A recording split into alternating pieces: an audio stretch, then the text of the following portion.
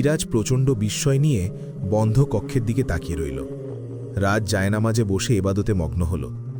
শীতল তাদের কানুনে হাঁটছে, অনেক কাল পর সে পরিচিত কানুনের মধ্যে হাঁটছে। তার মন থেকে কিছুটা একাকিত্ব দূর হতে শুরু করল। শীতল বেশ খানিকটা গভীরে চলে গেল কানুনের। গভীর স্থানটা জনমানবহীন।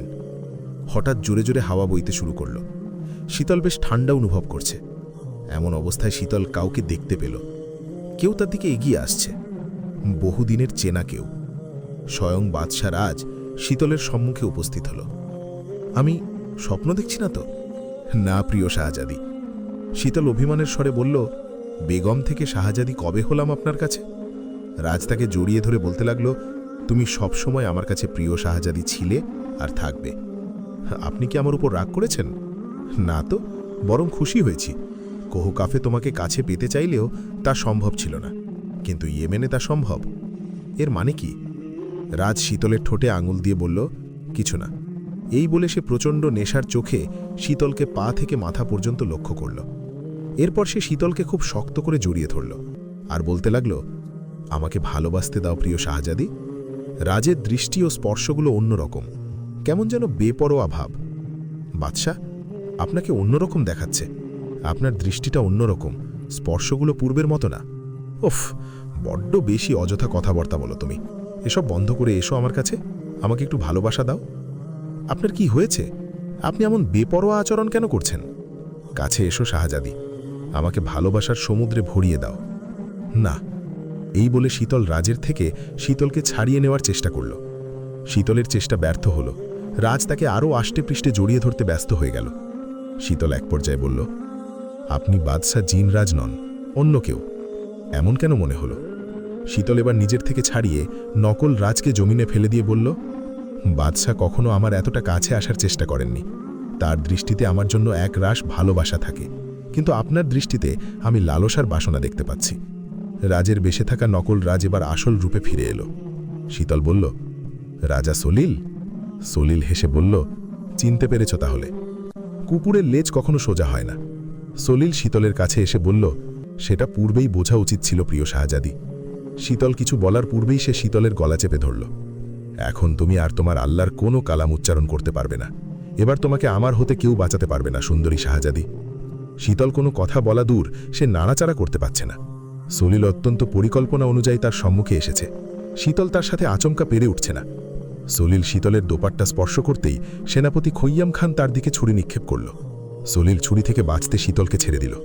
খৈয়াম বলল, শাহজাদি, ব্যাপারটা আমি দেখছি, আপনি প্রাসাদে ফিরে যান, এটা আমার অনুরোধ। শীতল নিজেকে সামলিয়ে কানুন থেকে প্রস্থান করল। খৈয়াম বলল, আমার লক্ষ্যে দুটি কাঁটা, একটি জিনরাজ। সলিল বলল, অন্যটি কি আমি? কাঁটা দিয়ে কাঁটা তোলার প্রচলনকে আমি সমর্থন করি। আমাদের মধ্যে একটি চুক্তি হতে পারে। সলিল আবারও হেসে বলল, অবশ্যই। এবার খৈয়ামও হাসল। ইয়েমেনের রাজদরবারে আজ শীতলও উপস্থিত। রাজ্যে প্রবেশের পর এটাই তার প্রথম রাজদরবার। বাদশাহ শাহজালাল সিংহাসনে আরোহণ করে কন্যার জন্য দুঃখ প্রকাশ করল। উপস্থিত সকলেই তার জন্য দুঃখ প্রকাশ করল। সবাই মিলে সিদ্ধান্ত নিল, শীতলকে শীঘ্রই বিবাহ দেওয়া হবে। নতুন জীবনে সে পুরাতন সবকিছু ভুলে যাবে। শীতল বড়সড় ঝটকা পেল বিবাহের প্রস্তাবে। এ নিয়ে নিজ পিতার সাথে সে একান্তে আলোচনা করবে বলে দরবারে কোনো প্রতিবাদ করল না। শীতলের নীরবতা দেখে অনেকেই ভাবল শীতলের সম্মতি রয়েছে। উপস্থিত সকলের উৎসাহ দ্বিগুণ বেড়ে গেল এবং প্রায় সকলেই সেনাপতি খৈয়ামের নাম প্রস্তাব করল। মূলত খৈয়ামের সাথে শীতলের বিবাহ ধার্য করাই ছিল, তবুও আরও একবার খৈয়ামের নাম প্রস্তাব করা হলো। খৈয়াম হাসি মুখে দরবারে উপস্থিত আছে, তার দৃষ্টি শীতলের দিকে আবদ্ধ। বাদশাহ শাহজালাল এ পর্যায়ে রাষ্ট্রীয়ভাবে ঘোষণা করে বলল, সেনাপতি খৈয়াম খানের বীরত্বের কথা আমরা সকলে জানি। আমাদের রাজ্য আজ পূর্বের ন্যায় গৌরবের সাথে বিশ্বের বুকে মাথা তুলে দাঁড়িয়েছে একমাত্র খৈয়াম খানের বীরত্বের কারণে। তার জন্য আজ আমি সুস্থ হয়ে সিংহাসনে আরোহণ করেছি। তার জন্য আমাদের রাজ্যের সম্মান, আমাদের শাহজাদিও আজ আমাদের সম্মুখে। সে আরও একবার নিজেকে প্রমাণ করেছেন। এবার আমারও আমাদের রাজ্যের সকলের উচিত তাকে যথাযথ মর্যাদা দেওয়া। শাহজাদির সাথে বিবাহ দিয়ে ইয়েমেনের সিংহাসনও খৈয়াম খানের হাতে তুলে দিয়ে আমি বিশ্রাম নিতে চাই। বাদশার কথা শেষ হতেই উপস্থিত সকলের আনন্দের সাথে তার সাথে সহমত প্রকাশ করল। খৈয়াম খান বাদশাহার হাতে চুম্বন করে বলল, আমার জীবন দিয়ে হলেও আমি শাহজাদি এবং ইয়েমেনকে রক্ষা করব। শীতল এ পর্যায়ে নিজেকে আর সামলাতে পারল না। সে বলল, আমি বিবাহিতা, আমার স্বামী বেঁচে আছেন। স্বামী বেঁচে থাকতে কখনোই কোনো নারীর অন্যত্র বিবাহ বৈধ নয়। শাহজাদির কথাগুলো শুনে শাহজালাল, খৈয়াম সহ সকলেই চমকে গেল। তারা বিশ্বাস করতে পারছে না শাহজাদি একজন ইবলিসের মতো জিনকে স্বামী বলতে পারে। বাদশাহ বলল, তুমি কি বলছো তা নিজেও জানো না। একটা ইবলিস শয়তান কখনো কারো স্বামী হতে পারে না। সে তোমার স্বামী নয় শাহজাদি, তোমাকে জোরপূর্বক করে আটকে রেখেছিল। আর যাই হোক, জোর করে আটকে রাখাকে বিবাহ বলে না। কিন্তু আল্লাহর কালাম পড়ে কোনো সম্পর্ক তৈরি করাকে বিবাহ বলে আব্বাজান? জিনরাজ তো আল্লাহর কালাম মানে না, তো তোমারা বিবাহ সেক্ষেত্রে ভেঙে যাওয়া শ্রেয়। আপনাদের সকলের কাছে উনাকে নিয়ে চিন্তাভাবনা ভুল। তাহলে সঠিক কোনটা? সে কি পাপী জিন নয়? না। শীতলের উত্তরে সবাই হাসতে শুরু করল। শীতল বলল, তিনি এখন আর পাপী নয়, তিনি আল্লাহর প্রতি ঈমান এনেছেন, আল্লাহর কালামকে মন থেকে স্বীকার করেছেন। মূলত সকল পাপীরাই জানে আল্লাহর কালাম সত্যি, কিন্তু তারা সেটা স্বীকার করে না, কারণ পৃথিবীর ক্ষণিকের মোহে তারা আটকে গেছে। যদি স্বীকার করে তো তারা ক্ষণিকের মোহভোগ করতে পারবে না। জিনরাজ ক্ষণিকের মোহ থেকে বেরিয়ে আসতে সক্ষম হয়েছে, যা অনেকেই পারে না। এখন জিনরাজ আমাদের মতোই মুসলিম ও ধর্মীয় নীতিতে জীবনযাপন ও রাজ্য পরিচালনা করছে। এখন আপনারাই বলুন, আমি উনার সাথে আমার বিবাহ কি এগিয়ে নেওয়া শ্রেয় হবে না? পূর্বের চেয়েও সকলের হাসির মাত্রা বেড়ে গেল। অনেকে জিন আজাজিলের উদাহরণ দিল শাহজাদিকে, যিনি সহস্র বছর আল্লাহর এবাদত করেছিল ভক্তি ভরে। যে ফেরেস্তাদের তৈরি করা হয়েছে সর্বক্ষণ আল্লাহর এবাদত করার জন্য, সে ফেরেস্তারাও তার মতো আল্লাহর এবাদত করতে পারেনি। ফেরেস্তাদেরও জিন আজাজিল তালিম দিত। আল্লাহ তাআলা জিন আজাজিলের এবাদতে এতটাই সন্তুষ্ট হয়েছিলেন যে তার সকল ফরিয়াদ পূরণ করতেন। তাকে সর্বোচ্চ সম্মানের চূড়ায় স্থান দিয়েছিল। এতে লাভটা কি হয়েছে জানো? আজাজিল তার পাপী পূর্বপুরুষদের রূপ ফিরে এসেছিল, অহংকারী হয়ে উঠেছিল, যার ফলে সে বেহেস্ত থেকে বিতাড়িত হয়েছিল এবং অভিশপ্ত হয়েছিল, এবং সে ইবলিস শয়তান নামের উপাধি পেয়েছিল। এই ইবলিসের অনুসারী হল জিনরাজ। সেও নিজের পাপী পূর্বপুরুষদের ন্যায় নিজের রূপে ফিরে আসবে। তার কাণ্ড কারখানাগুলো তাদের আদিপিতা ইবলিসের ন্যায়। আমরা জেনে শুনে আমাদের শাহজাদিকে তার মতো পাপীর হাতে তুলে দিতে পারি না। শীতল মনে মনে ভাবল, আপনাদের মধ্যেও ইবলিসের একটি গুণ বিদ্যমান, যা আপনারা বুঝতে পারছেন না। ইবলিস সহস্র বছর আল্লাহর ইবাদত করে নিজেকে সবার থেকে শ্রেষ্ঠ ভাবতেন, যার ফলে অহংকারী হয়ে ওঠেন। সবাইকে তিনি তার থেকে ছোট ভাবতেন। ঠিক তেমনি আপনারা মুসলিম ঘরে জন্ম নিয়েছেন বলে অহংকারী হয়ে উঠেছেন। অহংকারে নবমুসলিমদের ছোট করে দেখছেন, তাদের মেনে নিতে পারছেন না। দুঃখজনক। শীতল চুপচাপ দীর্ঘ নিঃশ্বাস ফেলল। ইতোমধ্যে শাহজাদির বিবাহের উৎসবের ঘোষণা করা হলো। আনন্দের সাথে উৎসবের আয়োজনে অংশগ্রহণ করল। শীতলের দুচোখ থেকে ঘুম উড়ে গেছে। রাজ্যের চিন্তা ভর করেছে তার মাথায়। একা একা সে কাননে ঘুরে বেড়ায়। সন্ধ্যার পর শীতল এবং খৈয়ামের এক দফা আলোচনা হয়ে গেল। খৈয়াম রাজের থেকে বিচ্ছিন্ন হওয়ার জন্য অজস্র কারণ উপস্থাপন করেছে। রাজ ইবলিসের অনুসারী, সেও ইবলিসের মতোই অহংকারী। সে কখনো নিজের অহংকার ত্যাগ করতে পারবে না। শীতল জোরালো গলায় বলল, আপনার সাথে বাদশাকে নিয়ে আলোচনার জন্য আমি আসিনি। বাদশা কে এবং কি তা আমি বুঝলেই চলবে। আমি শুধু বলতে এসেছি, আমার পক্ষে আপনাকে বিবাহ করা সম্ভব না। এই কথাটা আমি দ্বিতীয়বার বলতে চাই না। বিষয়টি আমাকে বিব্রত করছে। খৈয়াম রাগীশ্বরে বলল, একজন শয়তানের জন্য আপনি একজন মানবকে প্রত্যাখ্যান করছেন। কে শয়তান সেটা আল্লাহ তাআলা নির্ধারণ করবে। আর হ্যাঁ, আপনি দ্রুত বিবাহের উৎসব বন্ধ করবেন। আর কিছু বলবেন? রাজা সলিলকে কি করেছেন? উনাকে ওনার অবস্থান বুঝিয়ে দেওয়া হয়েছে। কখনো আপনাকে বিরক্ত করতে আসে না। আপনার নিরাপত্তার দায়িত্ব আমার উপর। আমার নিরাপত্তার দায়িত্ব আপনাকে নিতে হবে না। নিজেকে রক্ষা করতে জানি আমি। আপনার নিরাপত্তার দায়িত্বে থাকার অধিকার আমার আছে। আপনি ভুলে যাচ্ছেন আপনি আমার বাগদত্তা স্ত্রী। আর আপনিও ভুলে যাচ্ছেন আমি অন্য কারো বিবাহিতা স্ত্রী। শীতল স্থান ত্যাগ করার পর খৈয়াম দেয়ালে আঘাত করে নিজেকে সামলালেন। বিবাহের উৎসবে আসা রাজদরবারের মান্যগণ্য ব্যক্তিবর্গের স্ত্রীদের প্রাসাদে আগমন ঘটতে লাগল। তাদের অনেকেই শীতলের সাথে সাক্ষাতের ক্ষণে কিছু অযাচিত কথা তোলে। একদিন ইয়েমেনের মন্ত্রীর স্ত্রী বলল, শাহজাদিকে নিয়ে রাজ্যের অনেকেই নানান কিছু বলছে। কি বলছে? এই যে এতকাল জিননগরে পাপী জিন বাদশাহার সাথে ছিলেন, তো কথাগুলো না শোনা আপনার জন্য শ্রেয়। আমি শুনতে চাই। উনার সাথে আপনার সম্পর্ক হয়েছে। আপনার কাছ থেকে নিশ্চয়ই তিনি নিজের অধিকার আদায় করেছেন। আপনি এখন আর কুমারী নন। পাপী বাদশাহ অজস্র নারীদের সম্মান যেভাবে হরণ করেছেন সেভাবে আপনাকেও হরণ করেছেন। শীতল স্তব্ধ হয়ে গেল, কি বলবে ভেবে পাচ্ছে না। মন্ত্রী স্ত্রী আবারও বললেন, এমন নারীকে কেউ গ্রহণ করে না, যে কোনো পাপীর কাছে এতকাল বন্দী থাকে। কিন্তু আপনার সৌভাগ্য, আপনাকে পরম ভালোবাসায় ও সম্মানের সাথে সেনাপতি খৈয়াম খান গ্রহণ করতে যাচ্ছে। আপনার তো ওনার পদতলে পড়ে সারা জীবন কৃতজ্ঞতা প্রকাশ করা উচিত। শীতল চুপচাপ পবিত্র কোরআন শরীফ সকলের সম্মুখে স্পর্শ করে বলল, আমি নিজের জন্য কোনো সাফাই দেওয়ার প্রয়োজন মনে করি না, কিন্তু যাকে আপনারা পাপী বলছেন তার বিষয়ে শুধু একটি কথা বলবো, তিনি জোরপূর্বক স্বামীর অধিকার আমার কাছে চায়নি। আমি এখনও কুমারী। উপস্থিত সকলেই মুখ চাওয়াচাওয়ি করতে লাগল নিজেদের মধ্যে। রাজদরবারে আরেক দফা আলোচনা হয়ে গেল শীতলের বিবাহ নিয়ে। শীতল জোরালো গলায় প্রতিবাদ করল। বাদশাহ শাহজালাল অত্যন্ত রেগে গিয়ে নিজ কন্যাকে শাস্তি দিতে উদ্ধৃত হলে উপস্থিত সকলে শীতলের জন্য ক্ষমা প্রার্থনা করল। যত যাই হোক, ইয়েমেন প্রজারা তাদের শাহজাদিকে ভালোবাসে। বাদশাহ শাহজালাল শীতলের প্রতি নমনীয় হয়ে বলল, শয়তানের আখড়ায় থেকে তোমার ওপরও তাদের প্রভাব পড়েছে। রাসূলুল্লাহ সাল্লাল্লাহু আলাইহি ওয়াসাল্লাম বলেন, নিশ্চয়ই আদম সন্তানের উপর শয়তানের একটি প্রভাব আছে, অনুরূপ ফেরেশতারও একটি প্রভাব আছে। শয়তানের প্রভাব হল অকল্যাণের প্রতিশ্রুতি দেওয়া এবং সত্যকে মিথ্যা প্রতিপন্ন করা, আর ফেরেশতার প্রভাব হল কল্যাণের প্রতিশ্রুতি দেওয়া এবং সত্যের প্রতি সমর্থন জ্ঞাপন করা। সুতরাং যে ব্যক্তি কল্যাণের অবস্থা উপলব্ধি করে সে যেন জেনে রাখে এটি আল্লাহর তাআলার পক্ষ থেকেই হয়েছে, কাজেই তার উচিত আল্লাহর প্রশংসা করা।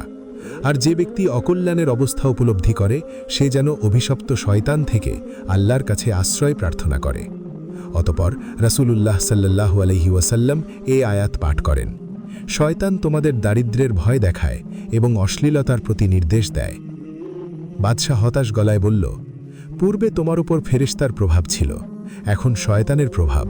কোনটা অকল্যাণ আর কোনটা সত্যি সেটা বোঝার ক্ষমতা লোপ পেয়েছে তোমার। আফসোস করে বাদশাহ শীতলকে বিবাহের পর্যন্ত কক্ষবন্দী থাকার হুকুম দিল। শীতলকে প্রহরীরা কক্ষবন্দী করল। তাকে পাহারা দেওয়ার জন্য কয়েক দল দাসী প্রহরী নিযুক্ত করা হলো। গভীর রাত, শীতল জাগ্রত থেকেও চোখ বন্ধ করে পালঙ্কে আধশোয়া হয়ে আছে। ঠিক তখনই আসমানে বিশাল ডানা ঝাপটিয়ে জিনদের রাজাধিরাজ বাদশাহ রাজ প্রিয় বেগমের কক্ষে প্রবেশ করল বারান্দা দিয়ে। শীতল কোমরে আর গালে স্পর্শ অনুভব করল। শীতল চোখ বন্ধ থাকা অবস্থায় বলল, জিন বাদশাকে ইয়েমেন প্রাসাদে স্বাগতম। রাজ হাসল। শীতল চোখ মেলে বলল, কেন এসেছেন? হেসে বলল, দাওয়াতে অংশগ্রহণ করতে এসেছি, যদিও আমাকে দাওয়াত দেওয়া হয়নি। এর মানে ইয়েমেন শাহজাদির বিবাহে সকলেই দাওয়াত পেল, তো ইয়েমেন শাহজাদি নিজের বিবাহে নিজের স্বামীকে দাওয়াত দিতে ভুলে গেছে। আমি তাকে মনে করিয়ে দিতে এসেছি যেন সে নিজের বিয়েতে আমাকে দাওয়াত প্রদান করে। খুব শখ হয়েছে দাওয়াত পাওয়ার? অবশ্যই, অন্য কারো বিবাহ নয়, আমার অতি প্রিয় বেগমের বিবাহ। আমাকে সবচেয়ে সকলের পূর্বে দাওয়াত প্রদান করার উচিত ছিল তোমাদের। রাজের কথা শেষ হতেই পায়ের আওয়াজ শোনা গেল। শাহজাদির কক্ষের দিকে ছুটে আসছে প্রহরীরা। শীতল ব্যাকুল স্বরে বলল, আপনি এখনই বারান্দা দিয়ে আসমানে উড়ে যান, আপনাকে বন্দী করা হবে, আমি নিজেও বন্দী। রাজ হাসছে। দয়া করে কথা শুনুন, আপনাকে নির্মমভাবে হত্যা করা হবে। ইয়েমেনবাসীরা আপনাকে প্রচণ্ড ঘৃণা করে। রাজ শীতলের ঠোঁটে আঙুল দিয়ে বলল, হুশ, ইয়েমেনের শাহজাদি কি আমাকে নিয়ে ভাবে সেটা আমার কাছে জরুরি। তুমি কি ভাবো? শীতল আমতা আমতা করছে আর ভয় পাচ্ছে। একটু শান্ত হও, আমাকে এতটা দুর্বল ভাবছ দেখে দুঃখ পেলাম। আমি একাই সকল রাজ্যের শক্তির সমান। আমার বেগমের বিবাহ দেওয়ার সাহস যে দেখিয়েছে তার মস্তক আমি আমার বেগমের পায়ে এনে রাখব। শীতল কিছু বলার পূর্বেই রাজ তাকে চুমু দিয়ে কক্ষ থেকে বেরিয়ে মূল প্রাসাদে প্রবেশ করল। শুরু হলো বাদশাহ জিন রাজের সাথে প্রহরীদের লড়াই। সবাই আহত হল। এরপর সৈনিকদের সাথে রাজের লড়াই হল। আবারও সবাই আহত হল। রাজ কাউকে নিহত করছে না, শুধু আহত করছে। পূর্বের রাজ হলে সবাইকে ভয়ঙ্করভাবে হত্যা করা হতো। শীতলের কাছে সংবাদ এসেছে, রাজ মূল প্রাসাদের ভেতরে প্রবেশ করে অজস্র প্রহরী সেনাদের আহত করে বাদশাহ শাহজালালের কক্ষের দিকে রওনা হয়েছে। শীতল তৎক্ষণাৎ কক্ষ থেকে বেরিয়ে রাজের পিছু নিল তাকে থামাতে। রাজকক্ষে প্রবেশ করে পালঙ্কে শুয়ে থাকা মানবকে আক্রমণ করে বসল। ধারালো তলোয়ার দিয়ে তার শরীর থেকে মাথা আলাদা করে ফেলল। মাথাটা জমিনে শীতলের পায়ের কাছে ছিটকে পড়েছে। শরীর রাজের সামনে ছটফট করছে। শীতল আব্বাজান বলে চিৎকার করে উঠল। তার সম্মুখে তার প্রিয় আব্বাজানের মাথা পড়ে আছে, আর তার স্বামীর হাতে রক্তাক্ত তলোয়ারি নিয়ে দাঁড়িয়ে আছে। রাজের শরীর বাদশাহ শাহজালালের রক্তে রঞ্জিত। শীতল আর্তনাদের স্বরে চিৎকার করতে করতে বলল, আমার আব্বাজানের হত্যাকারী বাদশাহ জিন রাজ, আমি তোকে ইয়েমেনবাসীর চেয়েও অধিক ঘৃণা করি। তুই শয়তান ছিলি, আর তাই আছিস। কখনো তোকে ক্ষমা করব না। শীতল আর্তনাদ করতে করতে জ্ঞান হারিয়ে জামিনে লুটিয়ে পড়ল। জিন রাজ পুরোপুরি স্তব্ধ। শীতল বারবার জ্ঞান হারাচ্ছে। যতবার জ্ঞান ফিরছে ততবার তার চোখে সেই ভয়ঙ্কর দৃশ্য ভেসে উঠছে। প্রিয় আব্বাজানের শরীর থেকে মাথা আলাদা করে নির্মমভাবে হত্যা করেছে রাজ। এই দৃশ্য ভোলার নয়। যতবার মনে পড়ছে ততবার এক সমুদ্র সমান কষ্ট তার বুকে ভর করছে, যে কষ্ট সহ্য করার ক্ষমতা কোনো কন্যার নেই। বাবার নির্মম মৃত্যুর কষ্ট শীতল অনুভব করতে চাচ্ছে। না জানি কতটা কষ্ট সহ্য করে শীতলের আব্বাজানের মৃত্যু হয়েছে। আব্বাজান নেই, কথাটা ভাবতেই সে জ্ঞান হারাচ্ছে। পুরো ইয়েমেন নগরী কাঁদছে বাদশাহ শাহজালালের মৃত্যুতে। বাদশার মতো ন্যায়পরায়ণ বাদশাহ খুব কমই দেখা যায় দুনিয়াতে। পুরো ইয়েমেন নগরী যখন শোকে পাথর, তখন জিনরাজ আরব সাগরের তীরে দাঁড়িয়ে আছে। রাত গভীর। একটু পূর্বে শাহজালালের দাফন কাজ সমাপন্ন করা হয়েছে। রাজ অদৃশ্য হয়ে দাফনে অংশগ্রহণ করেছে। শীতলের সাথে দেখা করা জরুরি, তাকে কিছু বলার আছে তার। গভীর রাতে শীতলের জ্ঞান ফিরতেই সে আব্বাজানকে দেখার জন্য ব্যাকুল হয়ে রইল। দাফন কার্যের কথাটা তাকে কেউ বলার সাহস বোধ করছে না। শীতলের আহাজারিতে প্রাসাদও যেন কেঁদে উঠল। ইয়েমেন নগরীর প্রজারা শাহজাদির জন্য দুঃখ প্রকাশ করছে। কেউ কেউ বলছে, বেচারি শাহজাদির জন্মের পর মাকে হারিয়েছে, এখন বাবাকে হারালো। কতকাল অত্যাচারী জিন বাদশার কাছে বন্দী থেকেছে, সামনেও না জানি কত দুর্দশার শিকার হয় বেচারি। অল্প বয়সে সবাইকে হারিয়ে একদম একা হয়ে গেল বেচারি।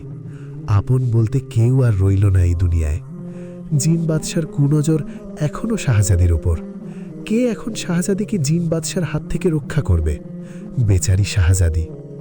সেনাপতি খৈয়াম সবাইকে আশ্বাস দিচ্ছে সে শাহজাদির পাশে থাকবে, অত্যাচারী জিন বাদশার কাছ থেকে তাকে বাঁচাবে। প্রজারা তখন খৈয়ামের ওপর ভরসা করল। খৈয়ামের সাথে শাহজাদির বিবাহ শিগগিরই হওয়া উচিত। বিবাহ হলে জিনের কুনজর থেকে শাহজাদি রক্ষা পাবে এবং বিবাহ সূত্রে খৈয়াম খান সিংহাসনে আরোহণ করে ইয়েমেনকে রক্ষা করবে। দুদিন পেরিয়ে গেল। শীতল তার হিতাহিত জ্ঞান হারিয়ে ফেলেছে দুদিনে। তাকে ঘুমের ওষুধ দিয়ে বিশ্রামে রাখা হয়েছে। এই দুদিনে ইয়েমেনে ভয়ঙ্কর সব ঘটনা ঘটতে লাগল। ইয়েমেনের প্রজাদের উপর কয়েক দফা আক্রমণ করল জিন সম্প্রদায়। বহু প্রজাগণ ইতোমধ্যে মারা গেছে। যারা মারা গেছে তাদের শরীর থেকে মাথা আলাদা ছিল। ভয়ঙ্কর দৃশ্য। ইয়েমেনের ইমামের পুত্র গৃহে ফেরার সময় মৃত্যুবরণ করেন। তার পুরো শরীর ক্ষতবিক্ষত অবস্থায় ভোরে রাস্তায় পাওয়া যায়। সবাই নিশ্চিত ছিল এগুলো জিন বাদশার সৈন্য জিনদের কার্য। প্রজাদের মধ্যে একদল তখন শীতলের উপর ক্ষুব্ধ হল। শাহজাদির কারণে তাদের এই অবস্থা, তার কারণে ইয়েমেন বাদশা মৃত। শাহজাদিকে অলক্ষণে বলে গালাগাল করা শুরু হলো। রাজ আরব সাগরের তীরে অবস্থান করছিল বিধায় ইয়েমেন নগরীতে কি ঘটছে তার সবটা তার অজানা রইল। শীতল কিছুটা হিতাহিত জ্ঞান ফিরে পেলে কবরস্থানে যাওয়ার জন্য ব্যাকুল হয়ে পড়ল। খৈয়াম খানের সাথে প্রজারা থাকায় তার মধ্যে ব্যাপক দাপট দেখা দিল। তার কথায় এখন সকলে শুনছে। ইয়েমেনের বর্তমান পরিস্থিতিতে খৈয়াম শীতলকে অনুমতি দিলেন না কবরস্থানে যাওয়ার। শীতলেতে ক্ষুব্ধ হয়ে গেল। সে রাতেই সে কবরস্থানে একা একা রওনা হল। প্রিয় আব্বাজানের কবরে সে লুটিয়ে পড়ল। তার চোখের অজস্র পানিতে কবরের মাটি ভিজে গেল। শীতল কবরস্থানে একা নয়, আরেকজনও তার পাশে দাঁড়িয়ে আছে। তার ছায়া শীতলের ওপর পড়েছে। শীতল ছায়া দেখে প্রচণ্ড ক্ষুব্ধ হল। রাজ শীতলের মাথায় হাত রেখে বলল, আর কেঁদো না বেগম, কাঁদতে কাঁদতে নিজের কি হাল করেছ তা একবার লক্ষ্য করেছ? শীতল এক ঝটকায় রাজের হাত সরিয়ে দিল। ক্রুদ্ধ গলায় বলল, পাপী, তোর সাহস হয় কি করে আমাকে বেগম বলার? তোর লজ্জা করছে না আমার সম্মুখে দাঁড়াতে?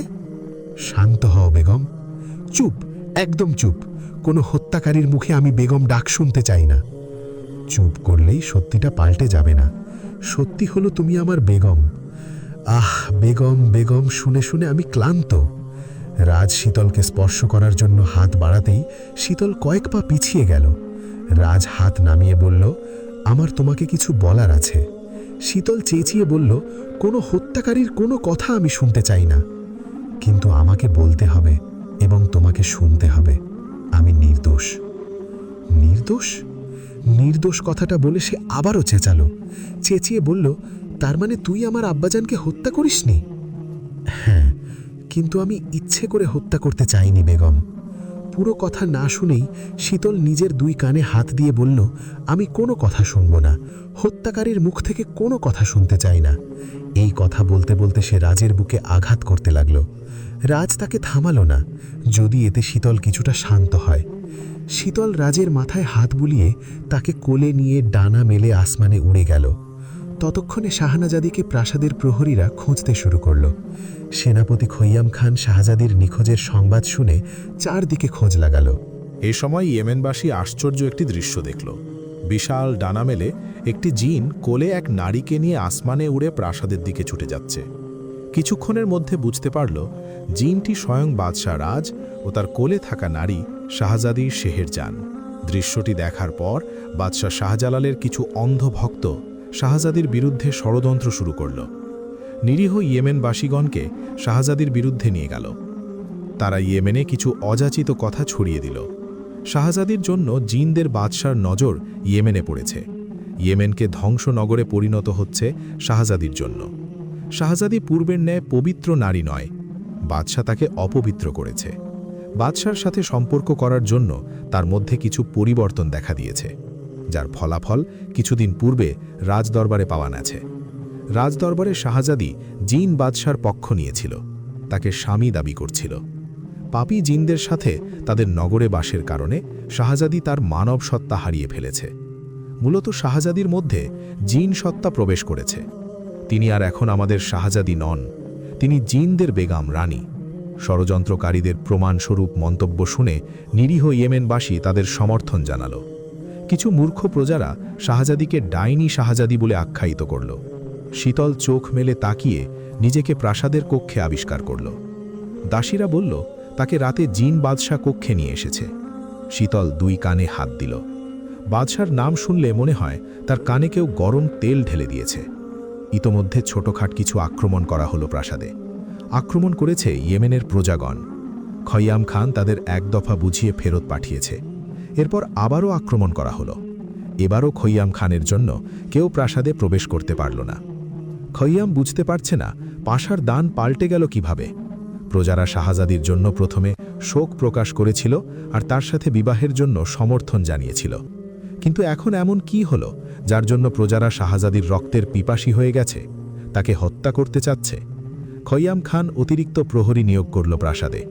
শাহজাদির সর্বোচ্চ নিরাপত্তার ব্যবস্থা করা হলো। শীতল পিতার মৃত্যুতে বিপর্যস্ত বিধায় নগরীতে তাকে নিয়ে যে কাহিনী শুরু হয়েছে তা সম্পর্কে অবগত নয় সে। রাজ কিছুক্ষণ পূর্বে নগরীর সম্পর্কে অবগত হল। তাকে অবগত করল তার বিশেষ গুপ্তচর, যারা আজই তার ডাকে ছুটে এসেছে। জিন বাদশার অনুমতি ব্যতীত তাকে নজরদারি করার রীতি নেই জিন নগরগুলোতে। সংবাদ শুনে ছদ্মবেশে স্বয়ং নিজে ইয়েমেনের প্রতিটি কোনায় কোনায় এসে উপস্থিত হয়ে প্রজাগণের মনোভাব জানল। কিছু জিনগণ নগরীতে বারবার আক্রমণ করে আসছে, আর সব দায় যাচ্ছে রাজের ওপর। এ দুষ্টু জিনদের খোঁজার জন্য ইতোমধ্যে আদেশ দেওয়া হয়েছে। এছাড়া সবচেয়ে জরুরি বিষয় হল শীতল। শীতলকে ইয়েমেনবাসী ডাইনি শাহজাদি বলে আখ্যায়িত করছে। তাকে হত্যা করার জন্য ষড়যন্ত্র করে চলেছে, প্রাসাদে আক্রমণ পর্যন্ত করেছে। রাজের এই মুহূর্তে একটাই দায়িত্ব, সেটা শীতলের সুরক্ষা। রাতে গুপ্তচর রাজকে ভয়ঙ্কর সংবাদটি দিল, ইয়েমেনবাসীর বড় বড় কিছু দল চারদিক থেকে প্রাসাদে আক্রমণ করবে। শীতলকে হত্যা না করা পর্যন্ত এ আক্রমণ বন্ধ হবে না। রাজ বুঝতে পারল তাকে এক্ষুনি শীতলের কাছে যেতে হবে। শীতলের জীবন এখন বিপন্ন। অন্ধকার রাত যেন বিপদের আভাস পেয়ে আরও অন্ধকারে পরিণত হয়েছে। শীতল বিশ্রাম করছিল। রাজকে কক্ষে প্রবেশ করতে দেখে দাসীগণ চিৎকার করতে লাগল। শীতল চোখ মেলে রাজকে দেখে চোখ বন্ধ করে ফেলল। রাজকে সে এখন এতটাই ঘৃণা করে যে তার মুখও দর্শন করতে চায় না সে। রাজ শীতলের হাত ধরে বলল, এসো আমার সাথে। শয়তান, হাত ছাড়। বেগম, দয়া করে আমার সাথে চলো। হাত ছাড় শয়তান, আমাকে স্পর্শ করবি না, ছাড় বলছি। যত ইচ্ছে কথা শোনাও, অপমান করো, কিন্তু আমার সাথে চলো। তোমার মহা বিপদ শাহজাদি। হ্যাঁ, মহা বিপদ আমার সম্মুখে রয়েছে। এর থেকে বিপদ আর কি হতে পারে? বেগম, তুমি যা ইচ্ছে বলো, শুধু মন দিয়ে একটা কথা শুনো। ইয়েমেনবাসী প্রাসাদে আক্রমণ করতে এগিয়ে আসছে। তারা তোমাকে হত্যা করতে চায়। কি কি? আবার বল। তোমাকে হত্যা করার জন্য এগিয়ে আসছে প্রজারা। ইয়েমেনবাসীগণ তোর মতো হত্যাকারী নয় যে আমাকে হত্যা করতে আসবে।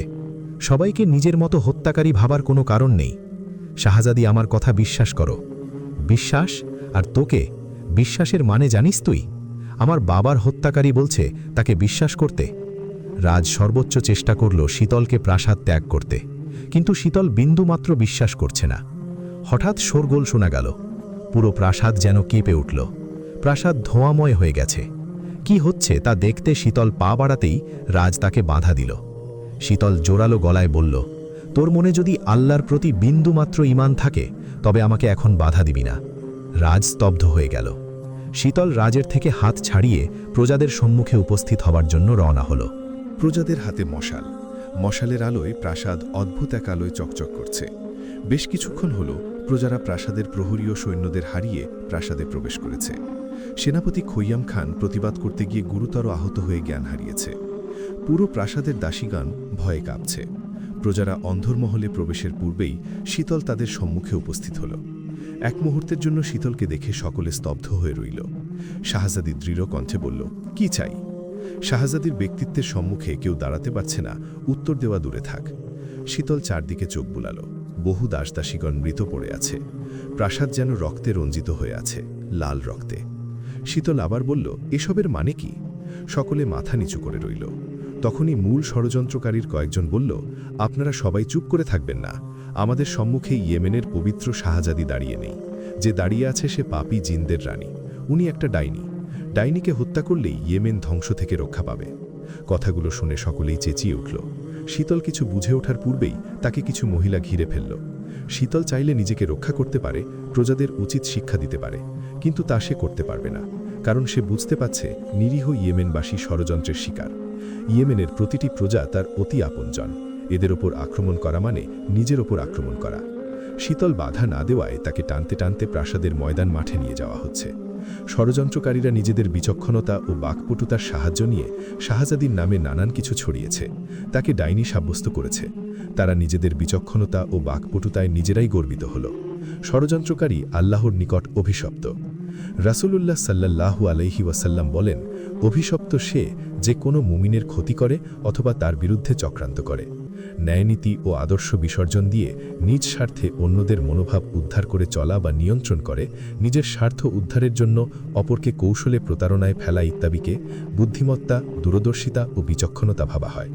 অথচ এই অতি চালাক মানুষগুলোকে হাদিসের ভাষায় বাকপটু মুনাফিক বলা হয়েছে। হাদিস শরীফে ইরশাদ হয়েছে, উম্মতের ব্যাপারে আমার যে বিষয়গুলোকে ভয় হয় তন্মধ্যে ভয়ঙ্কর হচ্ছে বাকপটু মুনাফিক। মুসনাদে আহমদ 1/22। কোনো মানুষ সৃষ্টিগতভাবে চালাক চতুর হতেই পারে, কিন্তু তা যদি ব্যবহৃত হয় অন্যকে অন্যায়ভাবে বিপদে ফেলে দেওয়ার জন্য, তা ওই মানুষের জন্য অভিশাপ হয়ে ওঠে। রাসূলুল্লাহ সাল্লাল্লাহু আলাইহি ওয়াসাল্লাম এমন মানুষদের অভিশাপ দিয়েছেন। ইরশাদ হয়েছে, অভিশাপ্ত সে যে কোনো মুমিনের ক্ষতি করে অথবা তার বিরুদ্ধে চক্রান্ত করে।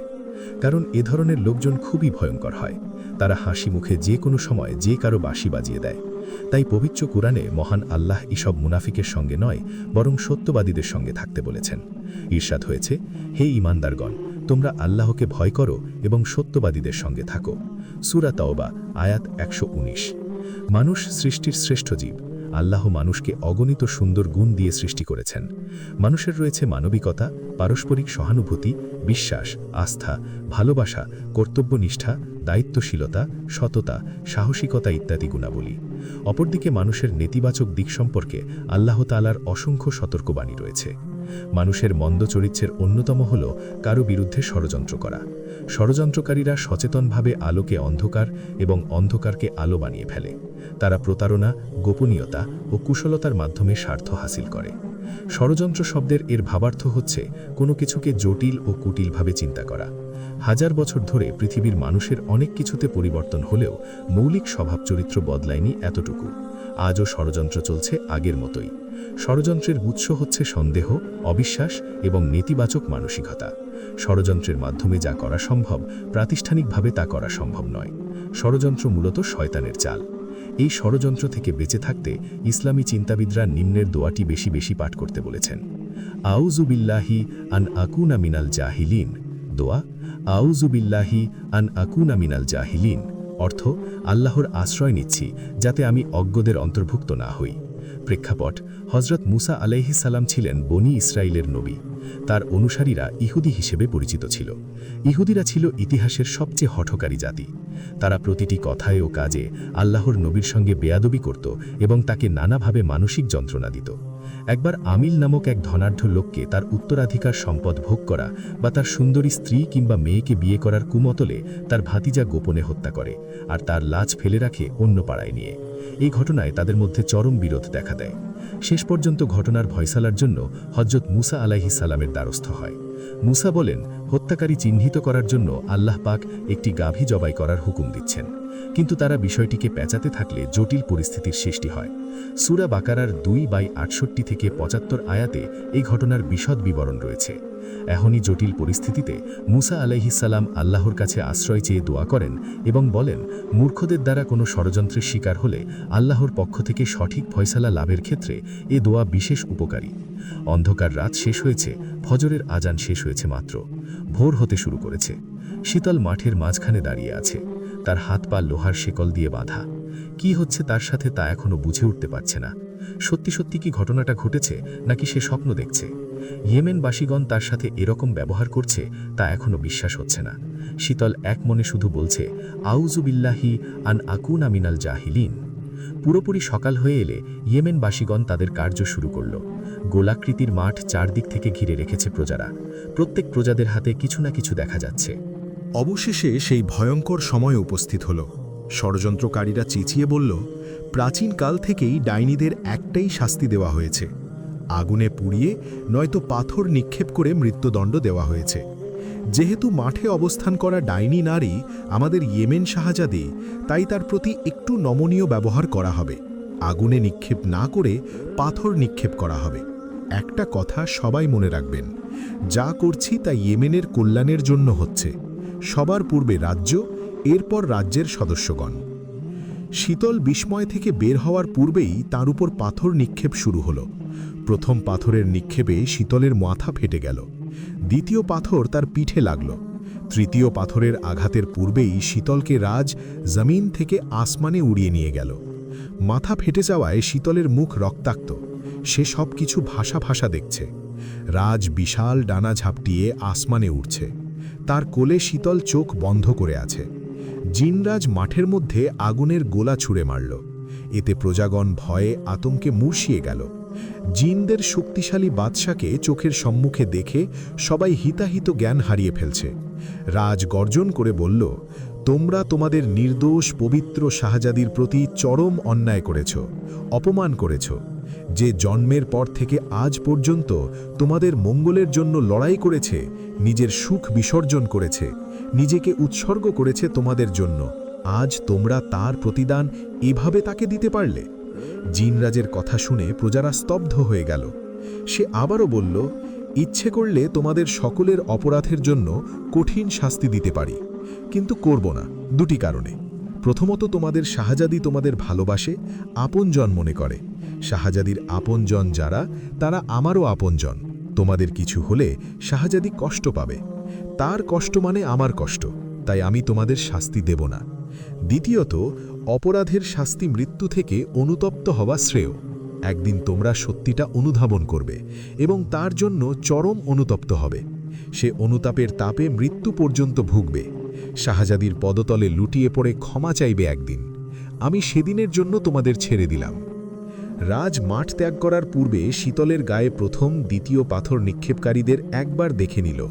তারা প্রজাদের থেকে আলাদা হয়ে আছে একটি দলে। পুরো দলটি মূল ষড়যন্ত্রকারী তা বুঝতে বাকি রইল না রাজের। এরা জানে না কার বিরুদ্ধে ষড়যন্ত্র করার সাহস দেখিয়েছে। এ তো বড় দুঃসাহস, জিন রাজ ক্ষমা করবেন না। শীতল ধীরে ধীরে চোখ মেলল।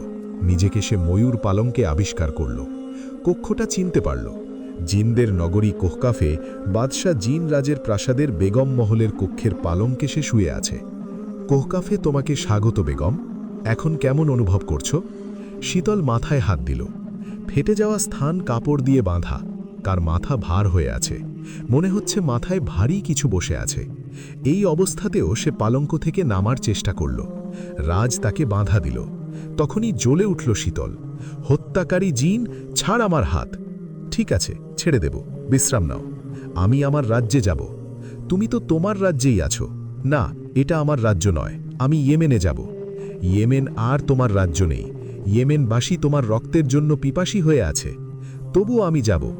ওরা তোমাকে তৎক্ষণাৎ হত্যা করবে বেগম, ঠিক যেভাবে তুই আমার বাবাকে হত্যা করেছিস।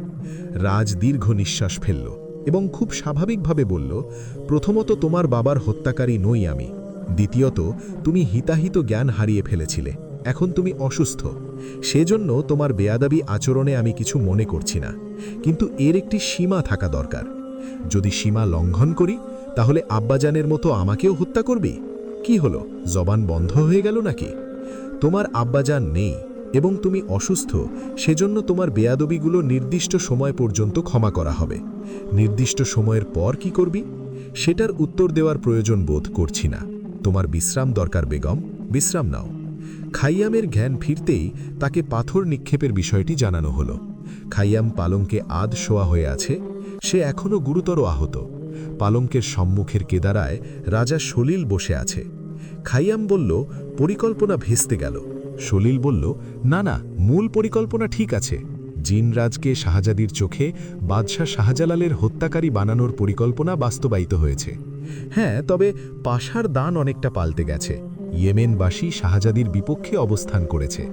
সলিল মনে মনে ভাবল, খাইয়ামের সাথে মিলে পরিকল্পনা করা ছাড়াও তার নিজস্ব একটি পরিকল্পনা ছিল। তার অনুগত জিন সৈন্যরা ইয়েমেনে আক্রমণ করেছে, যার দায় রাজের উপর পড়েছে এবং তার সাথে শীতলের উপর পড়েছে। এমন হবে তা কিছুটা আন্দাজ করতে পেরেছিল সলিল। সলিল ভেবেছিল, যখন শাহজাদির কোনো ক্ষতি করার চেষ্টা করবে ইয়েমেনবাসী, সেই মুহূর্তে শীতলকে সে রক্ষা করবে। এতে শীতলের চোখে ভালো সাজা হবে, তাকে পাওয়ার একটি পথ তৈরি হবে। কিন্তু মাঝখান থেকে রাজ শীতলকে রক্ষা করে সলিলের পরিকল্পনা ভেস্তে দিল। এদিকে খৈয়ামেরও সলিলের সাথে পরিকল্পনা বাদে নিজস্ব একটি পরিকল্পনা ছিল শীতলকে পাওয়ার। এমনিতেই শীতলের সাথে তার বিবাহ নির্ধারণ ছিল। বাদশাহ শাহজালালের মৃত্যুতে ইয়েমেনবাসী ভেঙে পড়বেন এবং রাজ্য ও শাহজাদির দায়িত্ব তার হাতে অর্পণ করবেন সকলে। ইয়েমেনবাসী খৈয়ামের পক্ষে ছিল বিধায় শাহজাদির সাথে তার বিবাহ নিশ্চিত ছিল। রাজ্যের ভার নিজ কাঁধে নিলে শীতলের চোখে কিছুটা ভালো সাজা হতো এবং তাকে পাওয়ারও একটি পথ হতো। কিন্তু মাঝখান থেকে রাজ শীতলকে নিয়ে প্রজাদের সম্মুখে আসমান পথে প্রাসাদে প্রবেশ করায় প্রজারা ক্ষুব্ধ হয় শীতলের উপর। এতে প্রজারা শীতলের সাথে খৈয়ামের বিবাহের কথা ভুলে যায় এবং শীতলকে হত্যা করার পরিকল্পনা করে। সলিল আর খৈয়াম দুজনেই দুজনের মুখের দিকে তাকিয়ে হাসল।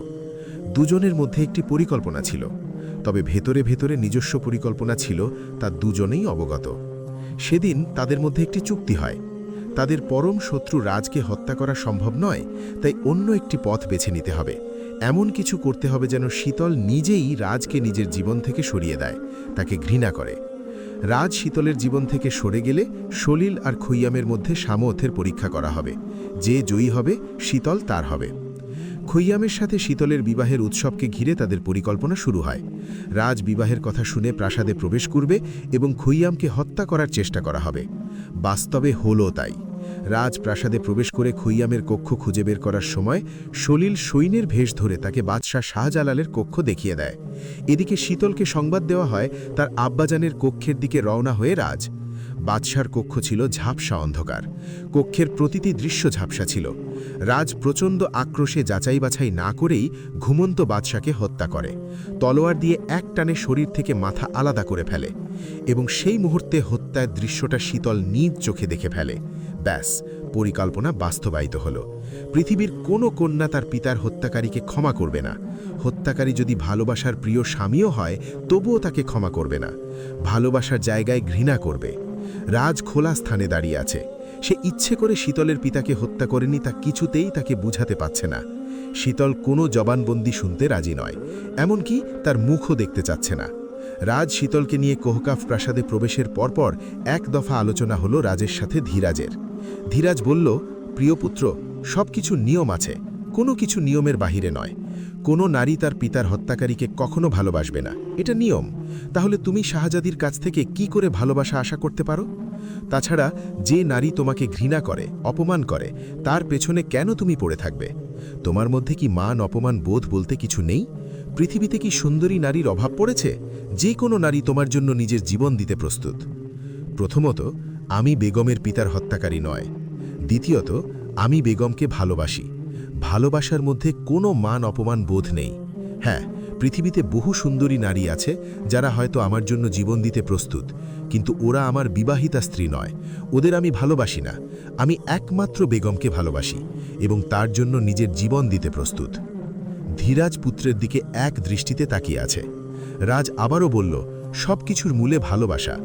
ভালোবাসার নারীরা আমাদের ভালোবাসে বা, কিন্তু আমরা ওদের সব সময় ভালোবেসে থাকি। তার প্রমাণ আপনি নিজে। এর মানে আম্মাজান আপনার জীবন থেকে কয়েক শত বছর পূর্বে চলে গেছেন। আমি যতদূর জানি উনি থাকাকালীন কখনো আপনাকে ভালোবাসেননি, কিন্তু আপনি তাকে ভালোবাসতেন। উনার চলে যাওয়ার পরও আপনার ভালোবাসা কমেনি। বহু সুন্দরী নারী আপনার আশেপাশে রয়েছে, আপনি তাদের দিকে ফিরেও তাকাননি। এমনকি যে ক্ষমতাকে সবচেয়ে বেশি ভালোবাসতেন, সেই ক্ষমতাকে ছুঁড়ে ফেলে চলে গিয়েছিলেন, কারণ আপনি আপনার স্ত্রীকে এগুলোর থেকে বেশি ভালোবাসতেন। ধীরাজ একেবারে চুপচাপ। রাজ চলে যাওয়ার পূর্বে বলল, ছেলেবেলায় কিছু বুঝার পূর্বে আম্মাজানের থেকে আমার বিচ্ছেদ হয়েছিল। আমার জন্মদিনের এক উৎসবের দিন থেকে আম্মাজানকে কেউ আর প্রাসাদে দেখেনি, এমনকি কোনো রাজ্যেও তাকে দেখা যায়নি। যেন হাওয়ায় মিলিয়ে গেছেন। ধীরে ধীরে বড় হতে থাকি আর কিছু শোনা কথা শুনতে থাকি। কেউ বলে আম্মাজানের মৃত্যু হয়েছে, কেউ বলে তাকে মাঝে মধ্যে দেখা যায়। এসব আমার শোনা কথা। আম্মাজান কি কোনোভাবে বেঁচে আছেন? ধীরাজ চমকে উঠল। এরপর পুরোপুরি স্তব্ধ হয়ে গেল। শীতল প্রাসাদে প্রবেশ করার পর থেকে এক ফোঁটা পানিও পান করেনি। দাসীরা সকলে ব্যর্থ। যতবার খাদ্য নিয়ে যাওয়া হয় তার সম্মুখে, ততবারই সে ক্ষুব্ধ খাদ্যের থালা ছুঁড়ে মারে আর বলে, হত্যাকারীর প্রাসাদের কোনো খাদ্য গ্রহণ করব না। রাজ শীতলের কক্ষে প্রবেশ করতেই তার পায়ের কাছে খাদ্যের থালাগুলো এসে পড়ল। রাজ শান্ত স্বরে নতুন করে থালা সাজিয়ে আনার আদেশ দিল। শীতল উপুর হয়ে শুয়ে আছে পালঙ্কে। রাজ তার পিঠ স্পর্শ করতেই এক ঝটকায় সে হাত ছাড়িয়ে দিল। রাজ খাদ্যের থালা হাতে বলল, ঘুরে তাকাও, খাদ্য গ্রহণ করো বেগম। কয়েকদিন ধরে তুমি কিছু মুখে দিচ্ছ না। তুমি অসুস্থ, আরও অসুস্থ হয়ে পড়বে। শীতল ঘুরে তাকাতেই রাজ এক টুকরো গোশত তার মুখের সম্মুখে তুলে বলল, হাঁ করো। তোর হাতে তোর খাদ্য আমি গ্রহণ করব না। এই বলে শীতল ফের খাদ্যের থালা ছুঁড়ে ফেলার জন্য উদ্ধৃত হওয়া মাত্রই রাজ জোরালো গলায় বলল, আমাকে ঘৃণা করতে করতে তুমি নিজেকে আল্লাহর কাছে ঘৃণিত হচ্ছ। ইবাদত বন্দেগী করছো না, সকলের সাথে বাজে ব্যবহার করছো, খাদ্য ছুঁড়ে ফেলে তা নষ্ট করছো। তুমি অত্যন্ত নিন্দনীয় কাজ করছো, যা কোনো ধার্মিক নারীকে মানায় না। রাজের কথা শুনে নয়তো আল্লাহর রহমতের জন্য শীতল হঠাৎ শান্ত হয়ে গেল। চেহারা থেকে রাগান্বিত ক্ষুব্ধ ঘাবটা চলে গেল আর নিজের হুঁশে ফিরে এলো। পালঙ্ক থেকে নেমে ছুঁড়ে ফেলা খাদ্যগুলো থালায় সংগ্রহ করে সেগুলো গ্রহণ করল। খাদ্য গ্রহণের পূর্বে শীতল শুধু বলল, যে কারণেই হোক আপনি আমার আব্বাজানের হত্যাকারী। কখনো আপনাকে ক্ষমা করতে পারবো না। শুধু ঘৃণা করে যাব যতদিন বাঁচব। তাই জোর করে আটকে রেখেছেন বলে আমাকে আপনাকে ভালোবাসতে বাধ্য করবেন না অযথা। জোর জবরদস্তি করে আটকে রাখা যায় নিজের কাছে, কিন্তু জোর জবরদস্তি করে ভালোবাসা আদায় করা যায় না। তুমি নিজের হুঁশে ফিরে এসেছো, স্বাভাবিক আচরণ করছো, এতে আমি কি যে খুশি হয়েছি তা তোমাকে বুঝাতে পারবো না প্রিয় বেগম। আর হ্যাঁ, তোমার আমাকে ভালোবাসতে হবে না, আমার তোমাকে ভালোবাসলেই চলবে। তুমি আমার কাছে আছো এবং আমি তোমাকে ভালোবাসি, এটাই আমার কাছে যথেষ্ট। দৈনন্দিন জীবনে মাঝে মাঝে কষ্টে পড়তে হয়, এটা জীবনের স্বাভাবিক প্রক্রিয়া। এই কষ্টের সঙ্গে মানুষের সম্পর্ক বেশ দৃঢ়। অবশ্য কারো কারো জীবনে কষ্টটা বিলাসিতার মতো, আবার কারো ক্ষেত্রে অসহনীয়। তবে আল্লাহ কাউকে সাধ্যাতীত বোঝা চাপিয়ে দেন না। পবিত্র কুরআনে এসেছে, আল্লাহ কাউকে তার সাধ্যের অতিরিক্ত বোঝা কখনো দেন না।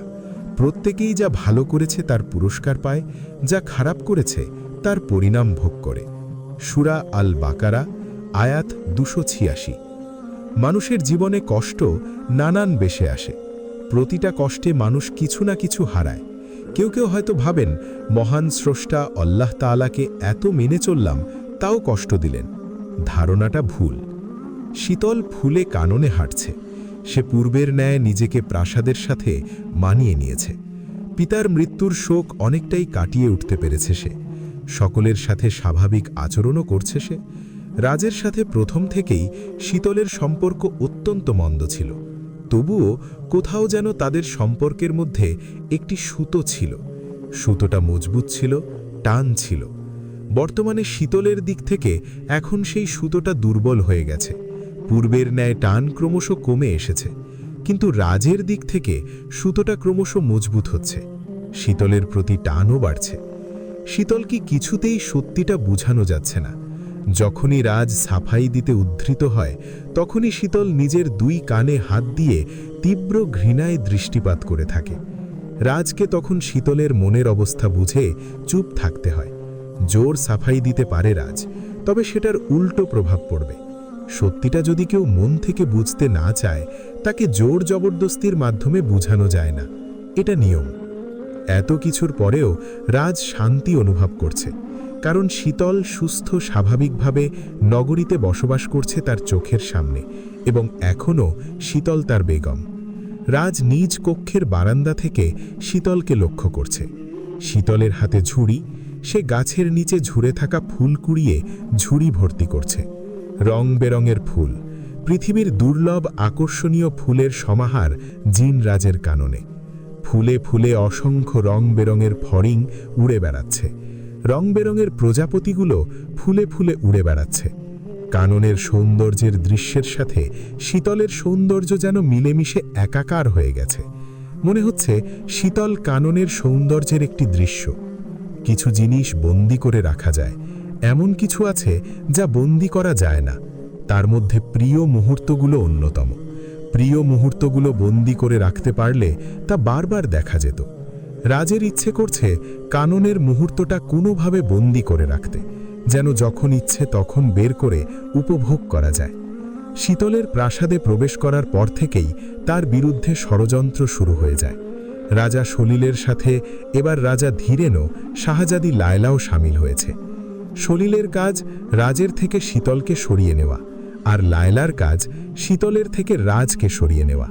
রাজা ধীরেনের কাজ সলিল আর লায়লার ইচ্ছে পূরণ করার জন্য প্রাক্তন বাদশাহ ধীরাজের কাছ থেকে পরোক্ষভাবে সাহায্য আদায় করা। ধীরাজের সাথে ধীরেনের আজ একান্তে ভোজের আয়োজন করা হয়েছে। দুই ভাই আজ একান্ত ভোজের মাধ্যমে পুরনো স্মৃতি তাজা করতে ব্যস্ত হয়ে গেল। ধীরেন প্রচুর মশলা দিয়ে পোড়ানো তুলতুলে খাসির রান হাতে নিয়ে বলল, প্রিয় ভাইজান, আপনার কি খাসির রানটা দেখে কিছু মনে পড়েছে? তোমার অত্যন্ত প্রিয় গোস্ত। ছেলেবেলার পারিবারিক ভোজের সময় তুমি এটা কাউকে দিতে না, একাই কয়েক শত জিনের জন্য তৈরি করা খাসির গোস্ত খেয়ে ফেলতে। অথচ আমাদের সকলেরই প্রিয় গোস্ত ছিল এটা। তোমার জন্য কখনো খেতে পারতাম না আমি। ছেলেবেলায় আমি কতটা ছেলে মানুষই ছিলাম ভাইজান। ধীরে ঝেঁসে খাসির গোস্তের থালাটা ধীরেনের সম্মুখে বাড়িয়ে দিল। এখনও আমি তোমার কাছে সেই ছোটটিই আছি। ছেলেবেলার মতো তুমি আজকেও সকলের গোস্ত খাবে। ধীরেন ভাইয়ের স্নেহ দেখে অত্যন্ত খুশি হল। বড় ভাইয়ের মনে এখনও তাহলে তার জন্য টান আছে। এর মানে এখনও তার সব কথার গুরুত্ব দেওয়া হবে। ধীরেন খাসির রানের তুলতুলে গোস্ত মুখে দিল। মুখে দিতেই খাসির গোস্ত মোমের মতো গলে গেল। ধীরেন গোস্তের স্বাদ অনুভব করে তৃপ্তির আওয়াজ করছে বারবার। নগরীতে অন্ধকার নেমে এসেছে। ইবাদত শেষে শীতলের কক্ষে রাজ উপস্থিত হল। শীতল পালঙ্কে বসে কুরআন তেলাওয়াত করছিল। এ কয়েকদিন শীতলের কক্ষে রাজ প্রবেশ করেনি। শীতলকে কিছুদিন একা থেকে নিজেকে সামলানোর সুযোগ দেওয়া হয়েছে। শীতল এক মনে তেলাওয়াত করে যাচ্ছে। কে জানে রাজকে সে লক্ষ্য করেছে অথবা করেনি। রাজ আরামদায়ক কেদারায় বসে তেলাওয়াত শুনছে। প্রায় ঘণ্টাখানেক হয়ে গেল। একজন তেলাওয়াত করছে, আরেকজন তেলাওয়াত শুনছে। রাজ শীতলের মুখশ্রীর দিকে কিছুক্ষণ তাকিয়ে কেদারা ছেড়ে পালঙ্কের দিকে এগিয়ে এলো। পালঙ্কে বসার পূর্বেই শীতল হাত ইশারা করে তাকে থামালো। রাজ অবাক হয়ে বলল, এবার কি পালঙ্কে বসতেও দেবে না? শীতল কিছু বলল না। সে কুরআন শরীফ বন্ধ করে তা যথাস্থানে রেখে পালঙ্কের মাঝখানে শুয়ে পড়ল। রাজ কিছু না বলে শীতলের একপাশে শুয়ে পড়ল। রাজ শোতেই শীতল শোয়া থেকে উঠে পালঙ্ক থেকে নেমে দাঁড়ালো। রাজ শোয়া থেকে উঠে বলল, কি হয়েছে বেগম? এক পালঙ্কে আপনার সাথে শোয়া অসম্ভব। রাজ কিছুটা হতচকিত গেল। এমনটা শীতলের কাছে মোটেও আশা করেনি। পূর্বের ন্যায় পালঙ্কের মাঝখানে কোলবালিশ নিয়ে সীমানা করে দাও। এতে ভুলক্রমেও আমার স্পর্শ পাবে না তুমি। স্পর্শ অনেক দূরের ব্যাপার। আমি কোনো হত্যাকারীর সাথে একই পালঙ্কে শুতে পারব না। বেগম, প্রথমত আমি কারো হত্যাকারী নই। দ্বিতীয়ত আমরা স্বামী স্ত্রী। এক কক্ষে এক পালঙ্কে থাকাটাই কি শোভনীয় নয়? শীতল মুখ ফিরিয়ে নিল। রাজ আবারও বলল, তুমি কক্ষে আমার উপস্থিতি প্রথম থেকেই পছন্দ করছো না। আমাকে অগ্রাহ্য করছো। মুখে না বললেও আমাকে কক্ষ থেকে বের করে দিতে চাচ্ছ। আমি তোমাকে কোনো রকম বিব্রতকর পরিস্থিতিতে ফেলিনি, কিন্তু তুমি আমাকে সকলের সম্মুখে বিব্রতকর ও অপমানজনিত পরিস্থিতিতে ফেলে দিচ্ছ। অনেক দিন হয়ে গেছে আমরা এক কক্ষে রাত্রি যাপন করছি না। ব্যাপারটা নিয়ে প্রাসাদে গুঞ্জন চলছে। এগুলো আপনার কানে এসেছে, আমার কানে তো আসেনি। আমি একজন বাদশাহ, কোথায় কি হয় তা শুনতে পাই। দেয়ালের আনাচে কানাচেতে কি ঘটে বা রটে তা কিছুই আমার অগোচরে নয়। শীতল মনে মনে হাসল। সবকিছু বাদশার কাছে অবগত, অথচ প্রাসাদে প্রবেশের পর থেকে প্রতিনিয়ত সলিল, লায়লা, রাজাগণ, উচ্চপদস্থ রাজদরবারের সদস্যরা তার বিরুদ্ধে ষড়যন্ত্র করে চলেছে। তার বিষয়ে ন্যূনতম অবগত নন বাদশাহ। শীতল বলল, ঠিক আছে, কক্ষে অবস্থান করুন। আপনার যেখানে খুশি সেখানে বসতে পারেন, শুতে পারেন। নগরী আপনার, প্রাসাদটাও আপনার, কক্ষটাও আপনার, আর পালঙ্ক আপনার। কথাগুলো বলে শীতল একটি বালিশ আর চাদর নিয়ে কক্ষের জমিনে অবস্থান করল। রাজকে চমকে দিয়ে চাদর বিছিয়ে তার উপর বালিশ রেখে শুয়ে পড়ল। রাজ নিজের চোখে বিশ্বাস করতে পারছে না। শীতল এতটা ঘৃণা করে তাকে, এতটা অবহেলা করছে তাকে, এতটাই অসহ্য হয়ে গেছে সে শীতলের চোখে। আহ, রাজের সহ্য হচ্ছে শীতলের ব্যবহারগুলো। বুকের ভেতর তীব্র ব্যথা অনুভব হচ্ছে।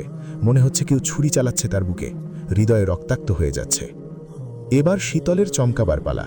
স্বয়ং বাদশাহ জিনরাজ জমিনে চাদর বিছানো স্থানে একটি বালিশ নিয়ে শীতলের পাশে শুতে এলো। রাজ সোজা হয়ে শুয়ে চোখ বন্ধ করল। সে এমন একটা ভাব করল, কেউ দেখলে বলবে সে ঘুমে কাদা কাদা হয়ে আছে। শীতল শোয়া থেকে উঠে বসল। চোখ বন্ধ থাকা অবস্থায় রাজ বুঝতে পারছে শীতল আগ্নেয়গিরির ন্যায় তার দিকে দৃষ্টিপাত করে আছে। এভাবে তাকিয়ে থাকা বন্ধ করো, আতঙ্ক অনুভব হয়। আমি আপনাকে কিছু মনে করিয়ে দিতে চাই। কি? আমার কাছে কোনো আশা রাখবেন না। আমার সাথে কোনো বিষয়ে জোর জবরদস্তি করবেন না, মানে ভালোবাসায় বাধ্য করতে পারবে না। এই শর্তগুলো দিয়েই কিন্তু আমি প্রাসাদে আছি। তো এখন শর্তভঙ্গ কেন করা হচ্ছে? আমি কখন তোমাকে আমাকে ভালোবাসতে বাধ্য করলাম? কোনো বিষয়ে জোর জবরদস্তি বা কোনো আশা তো করিনি তোমার কাছে। আমরা স্বামী স্ত্রী, আমাদের কিছু নিয়ম আছে, আমি সেই নিয়মগুলো পালন করছি মাত্র। তো এক কক্ষে অবস্থান করে নিয়ম তো পালন করা হচ্ছেই। কেউ নিশ্চয়ই এখন কক্ষে প্রবেশ করে দেখবে না আমরা একত্রে শুয়েছি নাকি। নাকি আপনাকে কেউ জিজ্ঞেস করতে পারে, এই যে আপনি স্ত্রীর সঙ্গে শুয়েছিলেন নাকি? নাকি জিন রাজ্যের নিয়ম আছে বাদশাহ তার বেগমের সঙ্গে একত্রে শুয়েছিল নাকি, তার কৈফিয়ত প্রজাদের দিতে হবে? রাজ চোখ মেলল। শোয়া থেকে উঠে বসে নিজেকে সামলালেন। বেগম, তুমি বলেছ নগরী, প্রাসাদ, কক্ষ, পালঙ্ক সব আমার। আমি যেখানে ইচ্ছে শুতে পারি। হ্যাঁ, শুতে পারেন, কিন্তু আমার সাথেই বা কেন? আমার ইচ্ছে হয়েছে তাই। পালঙ্কে আমার সাথে শুতে অসুবিধে তোমার, ঠিক আছে, পালঙ্কে শুলাম না, কিন্তু বলনি যে জমিনে শুতে অসুবিধে আছে, তাই জমিনে শুতে এসেছি। তোমার গায়ের সাথে আমার গায়ের স্পর্শ হওয়াই আসল ব্যাপার, একসাথে না শোয়ার। তো স্পর্শ না হলেই তো হলো। শীতল রাগে কাঁপছে। এবার কিন্তু জবান পাল্টাবে না, বলবে না যে একসাথে জামিনে শুতে পারবো না। বারবার জবান পাল্টানো ধার্মিক নারীর আচরণ নয়। শীতলের রাগে শরীর প্রচণ্ডভাবে কাঁপছে। রাজ হঠাৎ একটা চাদর নিয়ে শীতলের গায়ে জড়িয়ে দিয়ে হেসে বলল, গরমের মধ্যেও আমার বেগম শীতে কাঁপছে, চাদরটা জড়িয়ে দিলাম, আর কাঁপাকাঁপি নয়। শীতল হুঙ্কার দিয়ে বলল, আমার গায়ে এক চুল পরিমাণ স্পর্শ অনুভব হলে আমি কাঁচা চিবিয়ে খেয়ে ফেলব। রাজ সোজা হয়ে শুয়ে চোখ বন্ধ করে বলল, শুতে ঘুমোতে এসেছি, আমার ঘুমোনো হলো আসল ব্যাপার। তোমার সাথে বাসর করতে আসেনি যে স্পর্শ করার কথা বলছো, যত সব বেশি বোঝা মানবের দল। আরও কিছুক্ষণ অযাচিত যুক্তির বক্তব্য দিয়ে শীতলের ঘুম হারাম করে অল্প সময়ের মধ্যে রাজ ঘুমে কাদা হয়ে গেল। শীতল হতভম্ব। গভীর রাত, শীতল ইতিমধ্যে ঘুমিয়ে পড়েছে। রাজও ঘুমে কাতর। বিশাল কক্ষের পালঙ্ক ছেড়ে বাদশা বেগম জমিনে শুয়ে আছে। দুজনের মাঝখানে একটি কোলবালিশ। কোলবালিশটি একে অপরকে আশার একটি বাধা। ঘুমে কাতর থাকা অবস্থায় দুজনকে খুব সুন্দর লাগছে। নিষ্পাপ মুখদ্বয় দুজনের, কি শান্ত, অথচ চোখ মেললেই অশান্ত হয়ে যায়, লড়াইয়ে ব্যস্ত হয়ে যায়। দুজনের মধ্যে একে অপরের জন্য প্রচণ্ড ভালোবাসা বিদ্যমান। তা সত্ত্বেও ওরা একে অপরের থেকে বিচ্ছিন্ন। মমতাময়ী হস্তের স্পর্শ অনুভব হচ্ছে রাজ ও শীতলের। কেউ মনে হয় তাদের মাথায় হাত বুলাচ্ছে। রাজ ভাষা ভাষা শুনতে পাচ্ছে, কেউ তাকে ডাকছে, মিরাজ, মিরাজ, মিরাজ। শীতলকে কেউ যেন বলছে, নিজের মনের কথা শোন। ভোর হয়েছে, ফজরের ওয়াক্তের সময় হয়েছে। রাজের কিছুক্ষণ হলো ঘুম ভেঙেছে, সে উঠতে পারছে না। তার বুকে শীতল মাথা রেখে ঘুমিয়ে আছে। তাদের মধ্যে কুলবালিশ ছিল, সেটা এখন পালঙ্কে। অথচ শীতল তাদের মধ্যে রেখেছিল, যা রাজের স্পষ্ট মনে আছে। সে নিজে রাখেনি, শীতলের রাখা তো অসম্ভব। তাহলে কে করতে পারে এই কাজ? এছাড়া কেউ তার মাথায় হাত বুলিয়েছে, আসল নামে ডেকেছে। এদিকে কোনো জিন রাজের অনুমতি ব্যতীত কখনো কক্ষে প্রবেশ করতে পারবে না। এছাড়া যে কক্ষে ইবাদত করা হয়, সে কক্ষে দুষ্টু জিনগণ প্রবেশ করতে পারে না। তাহলে ব্যাপারটা কি দাঁড়াচ্ছে? শীতল একটু নড়ে উঠল। রাজের দৃষ্টি শীতলের ওপর আবদ্ধ হল। বহুদিন পর তার মন প্রশান্তিতে ভরে উঠেছে। শীতল তার বুকে মাথা রাখায় মনে হচ্ছে তার মরুভূমির বুকে একটি গোলাপ ফুটেছে। শীতলের স্পর্শে তার মন প্রাণ সব কিছু শান্ত হয়ে গেছে। রাজ ভাবল, কিছুক্ষণ এভাবেই থাকা যেতে পারে। এতে শীতলের সাথে আরও কিছুটা সময় থাকা গেল, আর শীতলকেও উচিত শিক্ষা দেওয়া হবে। সে ঘুম ভেঙে নিজেকে চরম শত্রুর বুকে দেখবে, কঠিন কিছু কথাও শোনাবে তাকে রাজ। বেশ খানিকটা সময়ের পর শীতলের ঘুম ভাঙল। নরম বালিশের জায়গায় শক্ত কিছু মাথার নিচে অনুভব করল সে। শীতল মনে মনে যা ভাবছে তা যেন ঠিক না হয়, সে আল্লাহ আল্লাহ করে চোখ মেলে তাকাল। রাজ গম্ভীর গলায় বলল, শুভ সকাল বেগম। শীতল এক ঝটকায় রাজের বুক থেকে উঠে জমিনে দাঁড়াল। জোরালো গলায় বলল, আপনার এত বড় সাহস? আপনি ইচ্ছে করে কাজটা করেছেন, তাই না? রাজ এবার হুঙ্কার ছেড়ে বলল, খামোশ। দেখে শুনে শুনে বুঝে কথা বলবে বেগম। তাকিয়ে দেখ, আমি নিজের জায়গায় অবস্থান করেছি। তুমি তোমার জায়গা থেকে আমার জায়গায়, আমার বুকে অবস্থান করেছিলে। আমি বেচারা ঘুমোচ্ছিলাম। ঘুম ভেঙে দেখি তুমি এই কাণ্ড করে নাক টেনে ঘুমোচ্ছ। নিজের দোষ এখন আমার ঘাড়ে চাপাচ্ছ। হায়রে মানব জাতি! সুযোগে ঘুমন্ত বেচারা জিনের সাথে তুমি সৎ ব্যবহারটা করলে। বাহ বেগম, বাহ! এখন আবার আমাকে ধমক দিচ্ছ। একে চুরি, তার ওপর সিনা জুরি। শীতল একটু ঢোক গিলল। সে কিছু বলতে পারছে না। রাজ জমিন থেকে উঠে দাঁড়ালো, হাত পা ঝাড়া দিতে দিতে। শীতল সুযোগে ছোপ বুঝে কোপ দিল। কি কষ্ট হচ্ছে? বাদশার তো জমিনে শোয়ার অভ্যেস নেই। জমিনে শোয়া তো আমাদের মতো প্রজাদের অভ্যেস। রাজ হেসে বলল, বেগম, আমাদের মুসলিম জাহানের বাদশাহ ওরফে বিশ্বনবী মহানবী সা কিন্তু জমিনে চাটাই বিছিয়ে দিনের পর দিন ঘুমোতেন। ওনার মতো বাদশাহ যদি জমিনে শুতে পারে, তো আমার মতো সাধারণ বাদশাহ কেন ঘুমোতে পারবে না? শীতল চুপচাপ হয়ে গেল। একটা সময় ছিল যখন শীতলের সাথে রাজ কথাই পারত না। রাজ চুপচাপ থাকত। রাজ আল্লাহর প্রতি ঈমান আনার পর থেকে তার সাথে কথায় আর পারে না শীতল। এখন শীতলকে চুপচাপ থাকতে হয়। আফসোস, কালকুঠুরিতে অগ্নিকাণ্ড ও সমুদ্রের স্রোতের সমস্যার কারণে কারাগারের মূল দরজাগুলোর নিরাপত্তা ব্যবস্থা দুর্বল হয়ে পড়েছিল। এতে সুযোগ পেয়ে বহু বন্দী বের হয়ে গেছে। কুঠুরির সংস্কারের পর তা অনুধাবন করা হয়েছে। বন্দীদের খুঁজে খুঁজে কুঠুরিতে ফেরত পাঠানোর জন্য প্রহরীদের আদেশ দিয়েছিলেন ধীরা, কিন্তু রাজ তাতে বাধা দেয়।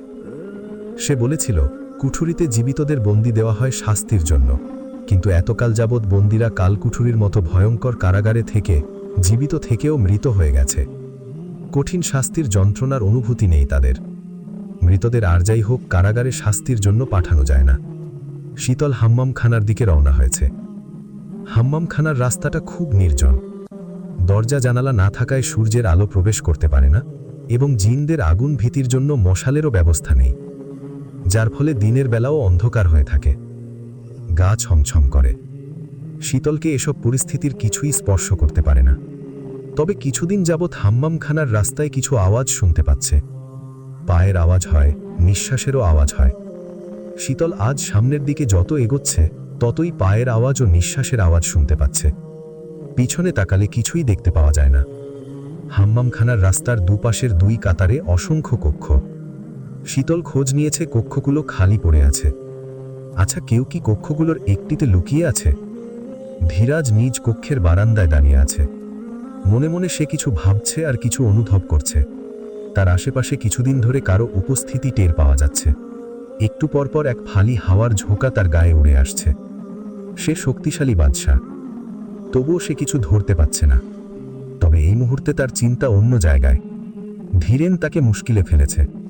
কাল ভোজের সময় ধীরাজ ভাইয়ের প্রতি স্নেহ দেখাতে গিয়ে বলেছিলেন, কিছু একটা চাও আমার কাছে প্রিয় ভাই।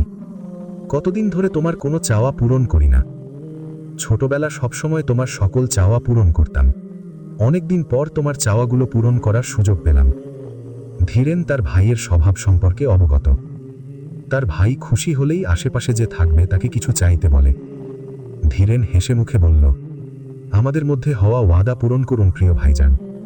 আমাদের পুত্র কন্যার বাগদান হয়ে আছে, এখন সময় এসেছে বিবাহ দেওয়ার। আপনি আমাকে ওয়াদা দিয়েছিলেন আপনার কন্যাকে বাদশার রাজের সাথে বিবাহ দেবেন।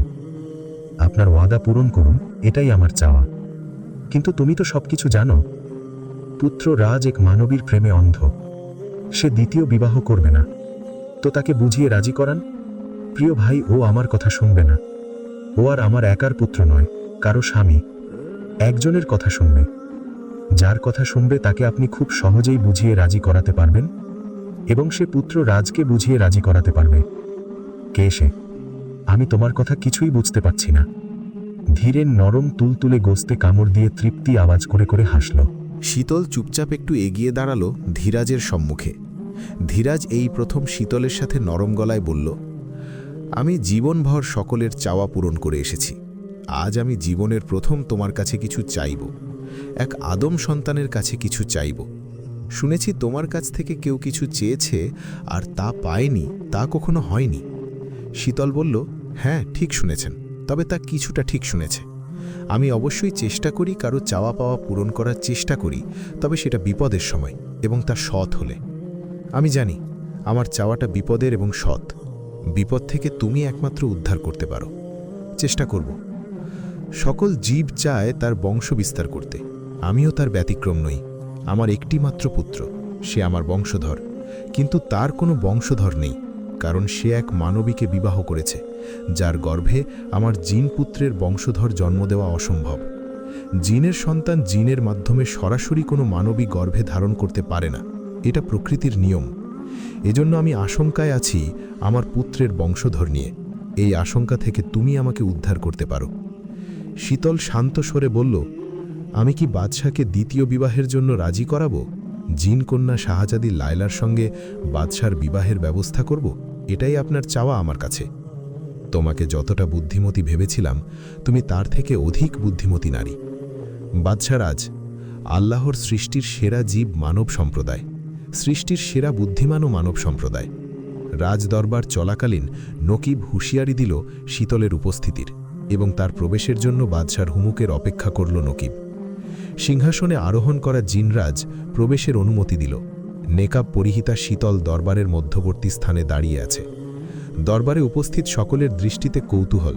রাজ বলল, এমন কি প্রয়োজন হলো যার জন্য দরবারে উপস্থিত হতে হলো আমার বেগমকে? অবশ্যই গুরুত্বপূর্ণ কিছু প্রয়োজন, যার জন্য দরবার শ্রেষ্ঠ স্থান। বলো বেগম, কি এমন গুরুত্বপূর্ণ প্রয়োজন? আমাকে একবার বাদশাহ উপহার দিতে চেয়েছিলেন। আমি যা চাইব তাই দেবেন বলে জবান ওয়াদা দিয়েছিলেন। বাদশাহ রাজের এক জবান, আমি কখনো ওয়াদা ভঙ্গ করি না। বলো, তুমি কি চাও? আমি চাই বাদশাহ দ্বিতীয় বিবাহ করুক। রাজ হকচকিয়ে গেল। প্রচণ্ড বিস্ময় তাকে ঘিরে ধরেছে। এরকম বিস্ময় তার পূর্বে কখনো হয়নি। উপস্থিত সকলেও বেশ চমকালো, তাদের মধ্যে চাপা গুঞ্জন। শীতল আবারও বলল, জিন কন্যা শাহজাদি লায়লাকে বিবাহ করে জিন বাদশাহ নিজের দাম্পত্য জীবন শুরু করুক, এটাই আমার চাওয়া।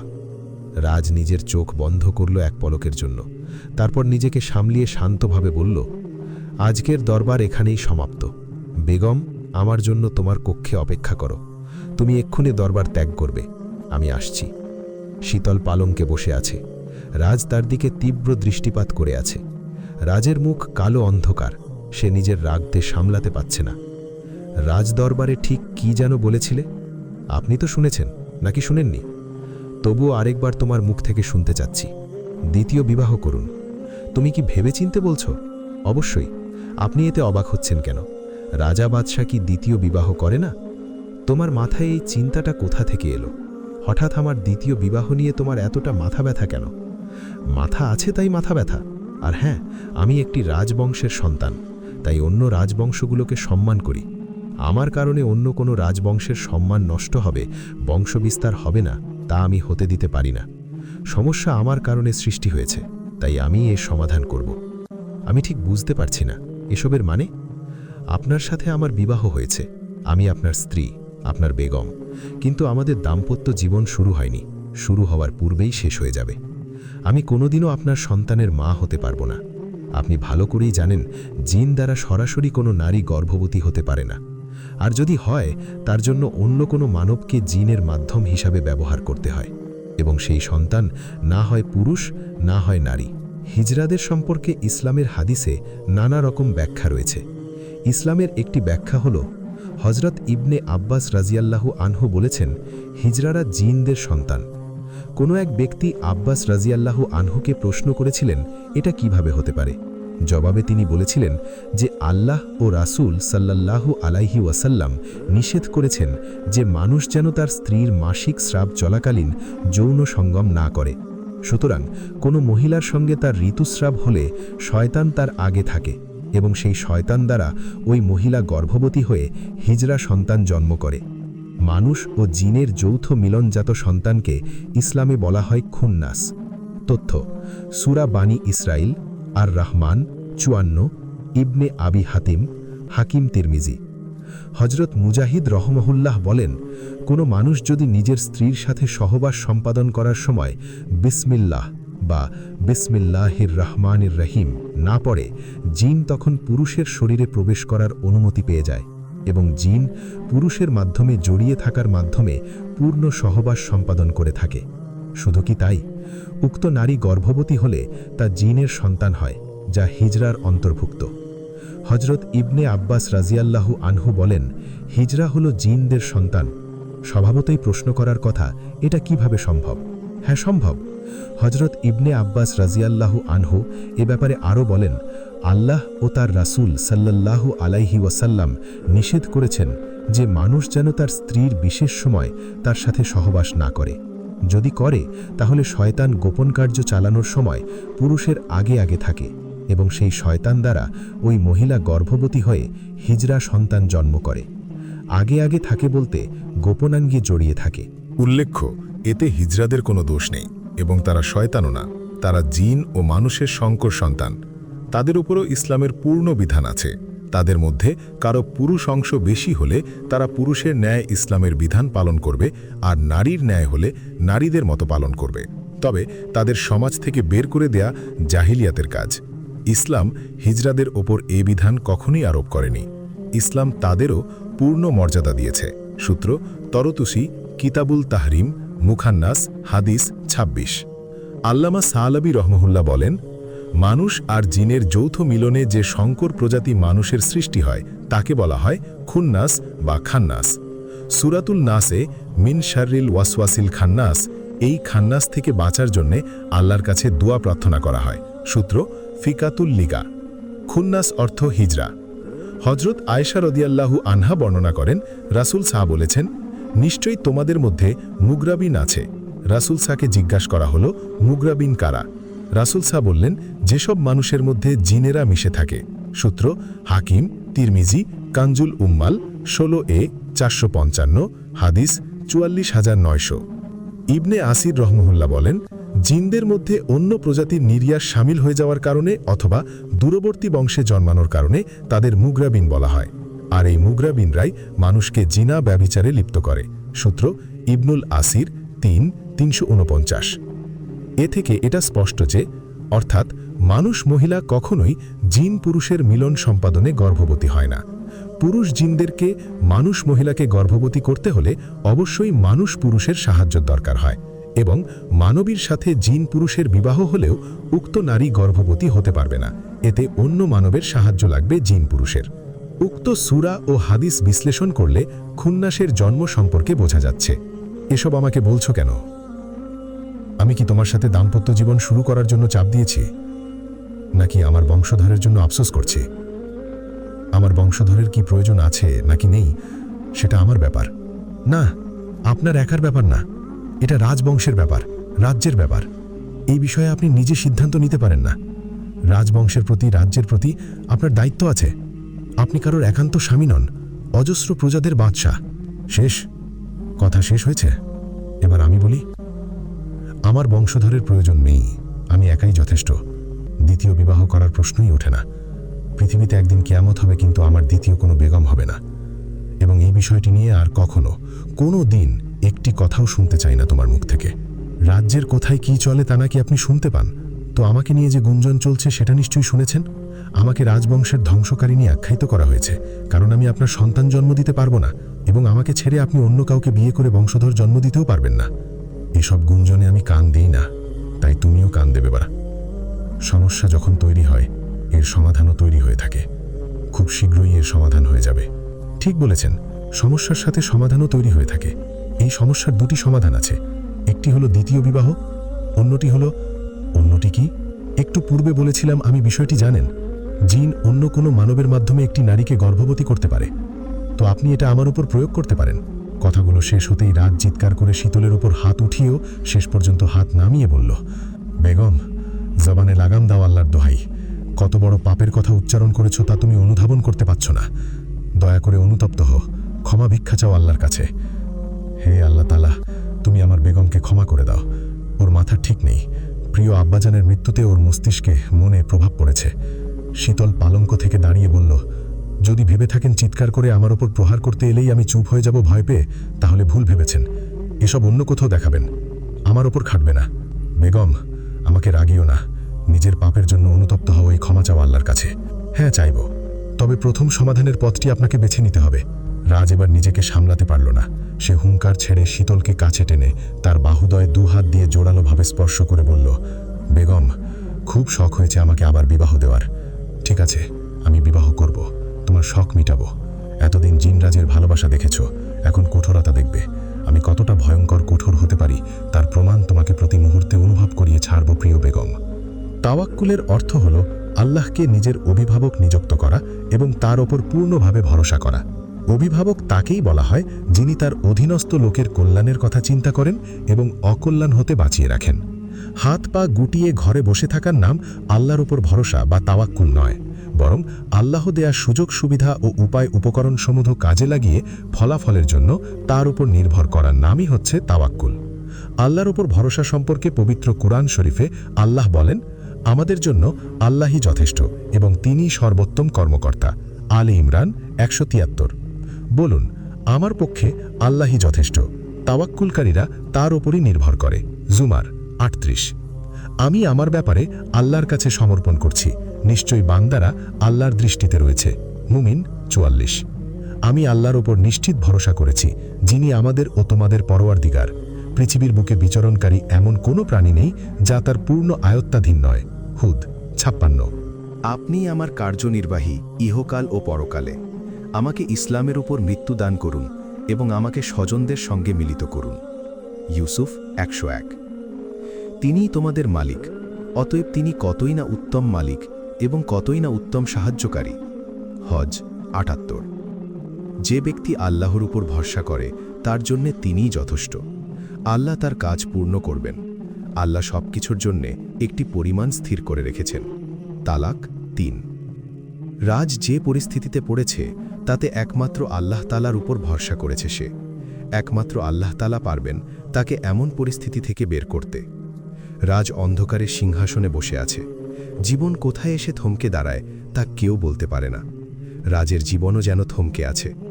শীতলের পাপাচারিত চিন্তাভাবনাগুলোর জন্য কোনো না কোনোভাবে সেই দায়ী। তাই তো তার সে বিবাহে মত দিয়েছে, যেন শীতল এ ধরনের চিন্তাভাবনা থেকে দূরে থাকে। শীতল যাই করুক না কেন, তার জন্য রাজের হৃদয়ে সবসময় একই রকম অনুভূতি থাকবে। কখনোই অনুভূতি কমবে না, বরং ক্রমশ বাড়বে। কিন্তু শীতল যা করেছে তার মূল্য কিছুটা হলেও তাকে পরিশোধ করতে হবে। লায়লা এদিকে অত্যন্ত খুশি। এক পূর্বে রাজদরবারে স্বয়ং বাদশাহ রাজ লায়লাকে বিবাহ করার কথা ঘোষণা করেছে শীতলের উপস্থিতে। লায়লা সেখানে উপস্থিত ছিল। নিজের কানকে সে কিছুতেই বিশ্বাস করছে না। ধীরেনও খুব খুশি হয়েছে, কিন্তু ধীরাজের মুখ গম্ভীর ছিল। এক দৃষ্টিতে সে পুত্রের মুখের দিকে তাকিয়েছিল। সলিল ও রামামু উপস্থিত ছিল। তারা দুজনেই বেশ অবাক হয়েছে। সলিল মনে মনে অত্যন্ত আনন্দ পেয়ে শীতলের দিকে বারবার দৃষ্টিপাত করছিল। শীতল মাথা নিচু করে চুপচাপ দাঁড়িয়েছিল। একটি বিষয় সে আজ লক্ষ্য করেছে, রাজ একবারও তার দিকে তাকায়নি। এমনটা কখনো হয়নি। রাজের সম্মুখে শীতলের উপস্থিতি তাকে বারবার বাধ্য করে শীতলের দিকে তাকাতে। পুরো কোহকাফ নগরী বাদশার দ্বিতীয় বিবাহের ঘোষণা শুনে কিছুটা হতচকিয়ে গেল। তারা জানে তাদের বাদশা তার বেগমকে কতটা ভালোবাসে। ভালোবাসার বেগমকে ছেড়ে এখন দ্বিতীয় বিবাহ করছে বাদশা। এ কথা এখন প্রাসাদেও ঝড় তুলেছে। পুরো প্রাসাদ হঠাৎ যেন নীরব হয়ে গেল। তারা তাদের বেগমের জায়গায় অন্য কাউকে বেগম ডাকতে পারবে না। লায়লা এখন নিজের জীবনের সবচেয়ে চরম মুহূর্তের আনন্দে ভাসছে। এখনই সে বিবাহের পোশাক আশাক বাছাইয়ে নেমে গেল। অজস্র পোশাক তার সম্মুখে। একদল দাসীপরীরা তার জন্য নানান স্থান থেকে পোশাক সংগ্রহ করতে ব্যস্ত। অন্য দলের দাসীপরীরা তার জন্য দুর্লভ সব মণিমাণিক্য, হিরে মুক্তা অলঙ্কার সংগ্রহে ব্যস্ত। পুরো প্রাসাদ নতুনভাবে সাজানো হচ্ছে। নগরীও সেজে উঠেছে বাদশার বিবাহে। আসমান জুড়ে নানান রঙের খেলা হচ্ছে। অজস্র মেহমান কোহকাফের আসমান দখল করে উড়ে আসছে প্রাসাদে। ঝিলমিল করছে কোহকাফ। রাজ বারান্দায় দাঁড়িয়ে আছে। তার দৃষ্টি খোলা আসমানের দিকে। কোনো কিছুতেই তার খেয়াল নেই। এদিকে শীতল নিজ কক্ষের পালঙ্কে বসে কোরআন তেলাওয়াত করছে। তার মন আজ অশান্ত কোনো কারণে। ঠিক কী কারণে সেটা সে ধরতে পারছে না। আজ তেলাওয়াতেও মন দিতে পারছে না। বারবার ভুল হচ্ছে উচ্চারণে। শীতল পালঙ্কের একপাশে শুয়েছে। মাঝখানে কোলবালিশ। কোলবালিশের ওপর পাশ রাজের জন্য। রাজ সারাদিন একবারও তার সম্মুখে আসেনি বা ডাকে কোনো প্রকার পয়গামও পাঠাননি। তবে রাতে ঘুমোতে নিশ্চয়ই আসবে সে। শীতল অনেকক্ষণ জেগে রইল, রাজের নাম নেই। হয়তো ব্যস্ত, গভীর রাতে আসবে। শীতল জাগ্রত থাকতে থাকতে একসময় ঘুমিয়ে পড়ল। ফজরের ওয়াক্তে একটা খুব বাজে স্বপ্ন দেখে তার ঘুম ভেঙে গেল। স্বপ্নটা ভয়াবহ ছিল। বিশাল এক আগ্নেয়গিরির মধ্যে সে পড়ে গিয়েছে। বিলীন হয়ে গিয়েছে সে আগ্নেয়গিরির অগ্নিলাভায়। মনে হচ্ছিল চোখের সামনে ঘটনাটা ঘটছে। শীতল অবাক হয়ে দেখল তার পাশের জায়গা খালি। তার মানে রাজ কাল রাতে আসেনি। শীতল নিজের মনকে বোঝালো, রাজ না আসাতে সে শান্তিমতো ঘুমোতে পেরেছে পুরো রাত। নিশ্চয়ই তাকে জ্বালানোর জন্য আজ রাতে উপস্থিত হবে এবং তার ঘুম হারাম করে দেবে। আশ্চর্যের বিষয়, আজ রাতের রাজের দেখা নেই। জিনরাজ হলেন বাদশাহ। নিশ্চয়ই তার কাজকর্মের ঝামেলা বেড়েছে, তাই ঘুমোতে আসতে পারছে না। অবাক করার বিষয়, 5 দিন হয়ে গেল, তবুও রাজের নাম নেই। শীতলের কাছে রাজ সম্পর্কে কেউ কিছু বলছেও না।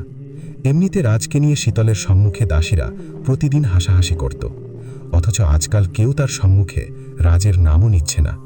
শীতল না থাকতে পেরে একসময় নিজেই জিজ্ঞেস করল রাজের সম্পর্কে। কেউ কোনো জবাব দিতে পারল না। সবাই এক কথাই বলছে, আমরা বাদশার কোনো সংবাদ আপনাকে দিতে পারবো না। কেন? সবাই চুপ, কেউ তার জবাবও দিচ্ছে না। আচ্ছা, পূর্বে তো বাদশাকে আমার সাথে জড়িয়ে নানান মশকরা করতে, তো এখন তা করো না কেন? নিষেধ আছে। কার? লায়লা এই মুহূর্তে জবাব দিল উপস্থিত হয়ে, বাদশার নিষেধ আছে। শীতল তার দিকে তাকালো শান্তভাবে। হয়তো উনি পুরনো বেগমের সাথে নিজেকে জোনানো মশকরা পছন্দ করছেন না, ক্লান্ত অনুভব করছেন। নিশ্চয়ই নতুন বেগমের সাথে নিজেকে জড়িয়ে মশকরা শুনতে চাইছেন। আচ্ছা শাহজাদি, আমি আসছি। শীতলের চলে যাবার পর লায়লা আফসোসের স্বরে বলল, এখন থেকে সব সময় তোমাকে সব স্থান থেকে আসছি বলতে হবে। আহারে বেচারি, আর না জানি কি কি অপেক্ষা করে আছে তোমার জন্য। এর মধ্যে সলিলের সম্মুখে পড়ে গেল শীতল। সলিল যথাক্রমে আপত্তিকর রসিকতা করল শীতলের সাথে। শীতল নিজেকে সামলালো কোনো ক্রমে। বাদশার বিবাহের দিন এগিয়ে এসেছে। সলিলকে শায়েস্তা করতে গিয়ে বিবাহে কোনোরূপ ঝামেলা করতে চায় না সে। বেশ কয়েকবার সলিলের এসব রসিকতার সম্মুখীন হতে হলো শীতলকে। এ সময় রামাম শীতলকে রক্ষা করল সলিলের এমন রসিকতা থেকে। একদিন শীতল লক্ষ্য করল তার দাসীর দল নেই বললেই চলে, একজন মাত্র আছে। শীতলের কারণ জিজ্ঞেস করতেই লায়লা উপস্থিত হয়ে বলল, বাদশাহর বিবাহ বলে কথা, কত কাজ বাকি আছে, তোমার এখানে খামোখা এত দাসীর দরকার কি? আমার জন্য আমি একাই যথেষ্ট শাহজাদি, আমার কোনো দাসীর সেবার প্রয়োজন নেই। এই তো বেগমের মতো কথা বলেছ, বাদশাহর নতুন বিবাহের সুবিধা অসুবিধা দেখতে হবে তো। এই বলে লায়লা মিষ্টি করে হাসল। একদিন হাম্মামখানা থেকে শীতল নিজ কক্ষে এসে দেখল কক্ষে তার আসবাবপত্র নেই। দাসীকে জিজ্ঞেস করতেই লায়লা পেছন থেকে বলে উঠল, তোমার তো নিজস্ব আসবাবপত্র তেমন নেই, তাই এত বড় কক্ষ তোমার প্রয়োজন নেই। আমার ব্যাপক আসবাবপত্র, বর্তমান কক্ষে এসবের জন্য জায়গা হচ্ছে না। তাছাড়া কক্ষের উত্তরের বারান্দা থেকে বাদশাহর কক্ষ দেখা যায়। তুমি তো কক্ষ থেকে এতদিন দেখার সুযোগ পেরে বাদশাহকে, এবার নতুন বেগমকে দেখার সুযোগ দাও। শীতল কিছু না বলে চুপচাপ বের হয়ে এলো কক্ষ থেকে। লায়লা কক্ষের সম্মুখে দাঁড়িয়ে আছে। একটু পর লায়লার সাথে একটি ঘটনা ঘটবে সেটা ভেবেই শীতলের হাসি পেল। কক্ষটায় মায়া পড়ে গেছে শীতলের, কিছুতেই বের হতে মন চাচ্ছে না। লায়লা কক্ষে পা রাখতেই ভয়ে মুর্শিয়ে গেল। কিছু আছে এই কক্ষে, কোনো শক্তি। নিয়মিত নামাজ কোরআন তেলাওয়াত করা কক্ষে দুষ্ট জিনরা কখনো প্রবেশ করতে পারবে না। লায়লা নিজেকে সান্ত্বনা দিয়ে বলল, আমি থাকতে পারবো না কক্ষে, কিন্তু আমার আসবাবপত্র তো থাকবে। শীতলের জন্য ছোট একটি কক্ষ তৈরি করা হয়েছে। কক্ষে মাঝারি পুরনো পালঙ্ক। কক্ষে কোনো বারান্দা নেই, একটি মাত্র জানালার। কক্ষটির আশেপাশের কক্ষগুলো তালাবদ্ধ, যে কারণে পরিবেশ কিছুটা শান্ত ও শূন্য। শীতল মাঝারি পালঙ্কে বসে দীর্ঘ নিঃশ্বাস ফেলল। অনেক দিন পর শীতল একটি পয়গাম পেয়েছে রাজের থেকে। তাকে দেখা করতে বলা হয়েছে তার কক্ষে। শীতল রাজের কক্ষে উপস্থিত হল। রাজকে কক্ষের কোথাও দেখে যাচ্ছে না। অনেকদিন পর কক্ষে এসেছে শীতল। কক্ষটা এসে বারবার চোখ বুলাচ্ছে। রাজের গলা শোনা গেল বারান্দা থেকে। রাজ দরাজ গলায় বলল, এদিকে এসো। রাজ বারান্দায় কেদারায় বসে আছে। কাছে এসো। রাজ এমনভাবে তাকে বলেছে কাছে আসার কথা, যা শুনে শীতলের হৃদয় শিহরিত হয়ে গেল। পরক্ষণেই সে রাজের পাশে একজনকে দেখল। রাজের পাশে লায়লা, তার হাসি মুখ। লায়লা বেশ কিছুক্ষণ পূর্বে রাজের কক্ষে উপস্থিত হয়েছে বিশেষ প্রয়োজনে। লায়লা বিবাহের সাজসজ্জা নিয়ে চিন্তিত। রাজকে সে বলেছে তার জন্যে অতি উত্তম একজন তত্ত্বাবধায়কের ব্যবস্থা করতে। সাধারণ দাসী বাড়িরা বিয়ের সাজ পোশাকে তাকে সাহায্য করতে পারছে না। রাজ তাকে অভয় দিয়ে বলেছে সে ব্যবস্থা করবে, অযথা লায়লা যেন চিন্তা না করে। রাজ শীতলের দিকে স্বাভাবিকভাবে তাকিয়ে শান্ত গলায় বলল, আমার নতুন বেগমের একজন তত্ত্বাবধায়ক প্রয়োজন। সে বিবাহের সাজসজ্জা নিয়ে চিন্তিত। তোমার তো এ বিষয়ে বেশ অভিজ্ঞতা রয়েছে, তো তুমি আমার নতুন বেগমকে সাহায্য করো। বিবাহ সম্পন্ন হওয়ার আগ পর্যন্ত তার সাথে থেকে তাকে তত্ত্বাবধায়ন করো। রাজের মুখে অন্য কাউকে বেগম বলে ডাকতে শুনে শীতল সামান্য অস্বস্তি অনুভব করল। এতকাল তাকে রাজ প্রিয় বেগম বলেছে। কি ব্যাপার শাহজাদি, কোনো সমস্যা? শীতল আবারও চমকালো রাজের মুখে শাহজাদি ডাক শোনে। রাজ বিবাহের পর থেকে কখনো তাকে শাহজাদি ডাকেনি, সবসময় প্রিয় বেগম সম্বোধন করেছে। শীতলের প্রথমে খুব রাগ হতো, ধীরে ধীরে বেগম ডাকেই একসময় সে অভ্যস্ত হয়ে পড়েছিল। মানুষ অভ্যাসের দাস। শীতল শান্ত গলায় বলল, বাদশাহর হুকুম পালন করা হবে। আরও হুকুম আছে? আপাতত এইটুকু, প্রয়োজনে ডেকে পাঠাবো। শীতল চুপচাপ বের হয়ে এলো কক্ষ থেকে। বের হওয়ার আগ মুহূর্ত পর্যন্ত বারান্দা থেকে লায়লার হাসির আওয়াজ শোনা গেল। লায়লার পুরনো কক্ষ জুড়ে অজস্র মূল্যবান পোশাক ও অলংকার ছড়িয়ে ছিটিয়ে আছে। দাসীরা বলল এগুলো একটিও লায়লার পছন্দ হচ্ছে না। প্রতিদিন অসংখ্য পোশাক ও অলংকার প্রাসাদে আনা হয়। লায়লার কিছুতেই কিছু পছন্দ হচ্ছে না। বেশিরভাগ পোশাক সে না দেখেই সে বলছে পছন্দ হচ্ছে না। প্রাসাদে আজও প্রচুর পোশাক ও অলংকার এসেছে। লায়লা সেগুলো দেখে না দেখে ছুঁড়ে মারছে। কক্ষে শীতল উপস্থিত হল। লায়লা বলল, শাহজাদি, দেখ কি কাণ্ড, এগুলো একটিও কি বিবাহের উপযুক্ত? বাদশাহর সম্মুখে এসব পরিধান করে যাওয়া যাবে? উফ, বিবাহের দিন ঘনিয়ে এলো, আমি তো কিছুই পছন্দ করতে পারলাম না। শীতল একটি সোনালী রঙের পোশাকে হাত দিল। নিজের গায়ে জড়িয়ে বলল, শাহজাদি, বিবাহে তোমারও তো আমি উপস্থিত থাকব। আমাকেও তো বাদশাহর বিবাহ উপলক্ষে নতুন পোশাক পরিধান করতে হবে। তো আমি এই পোশাকটা পছন্দ করলাম। এটার সাথে গোলাপি ডোপাট্টা মানাবে, কি বলেন? শীতল অলংকার হিসেবে কিছু নীলা পাথর পছন্দ করল। সেগুলো পরিধান করে গায়ে পোশাকটা জড়িয়ে ডোপাট্টা মাথায় দিয়ে আরশির সম্মুখে দাঁড়ালো। শীতলকে অসম্ভব সুন্দর লাগছে, বলে উঠল উপস্থিত পরীরা। লায়লা তীব্র দৃষ্টিপাত করে আছে শীতলের ওপর। অসহ্য রকমের সুন্দর লাগবে এগুলো পরিধান করলে। রাজ বলতে বলতে কক্ষে উপস্থিত হল। শীতলের পাশে আরশির সম্মুখে এসে দাঁড়ালো রাজ। পছন্দটা ভালো, এতে পূর্বের চেয়ে আরও সৌন্দর্য ফুটে উঠেছে, খুব মানাবে। শীতল আরশিতে তাকিয়ে আছে। লায়লার অত্যন্ত মন খারাপ হলো। রাজ গলার স্বর নরম করে বলল, আরও মানাবে আমি পাশে থাকলে। শীতল রাজের চোখের দিকে তাকালো। রাজ শীতলের চোখের দিকে তাকিয়ে বলল, লায়লা, কাছে এসো, তোমার পোশাক ও অলংকার নির্বাচন হয়ে গেছে।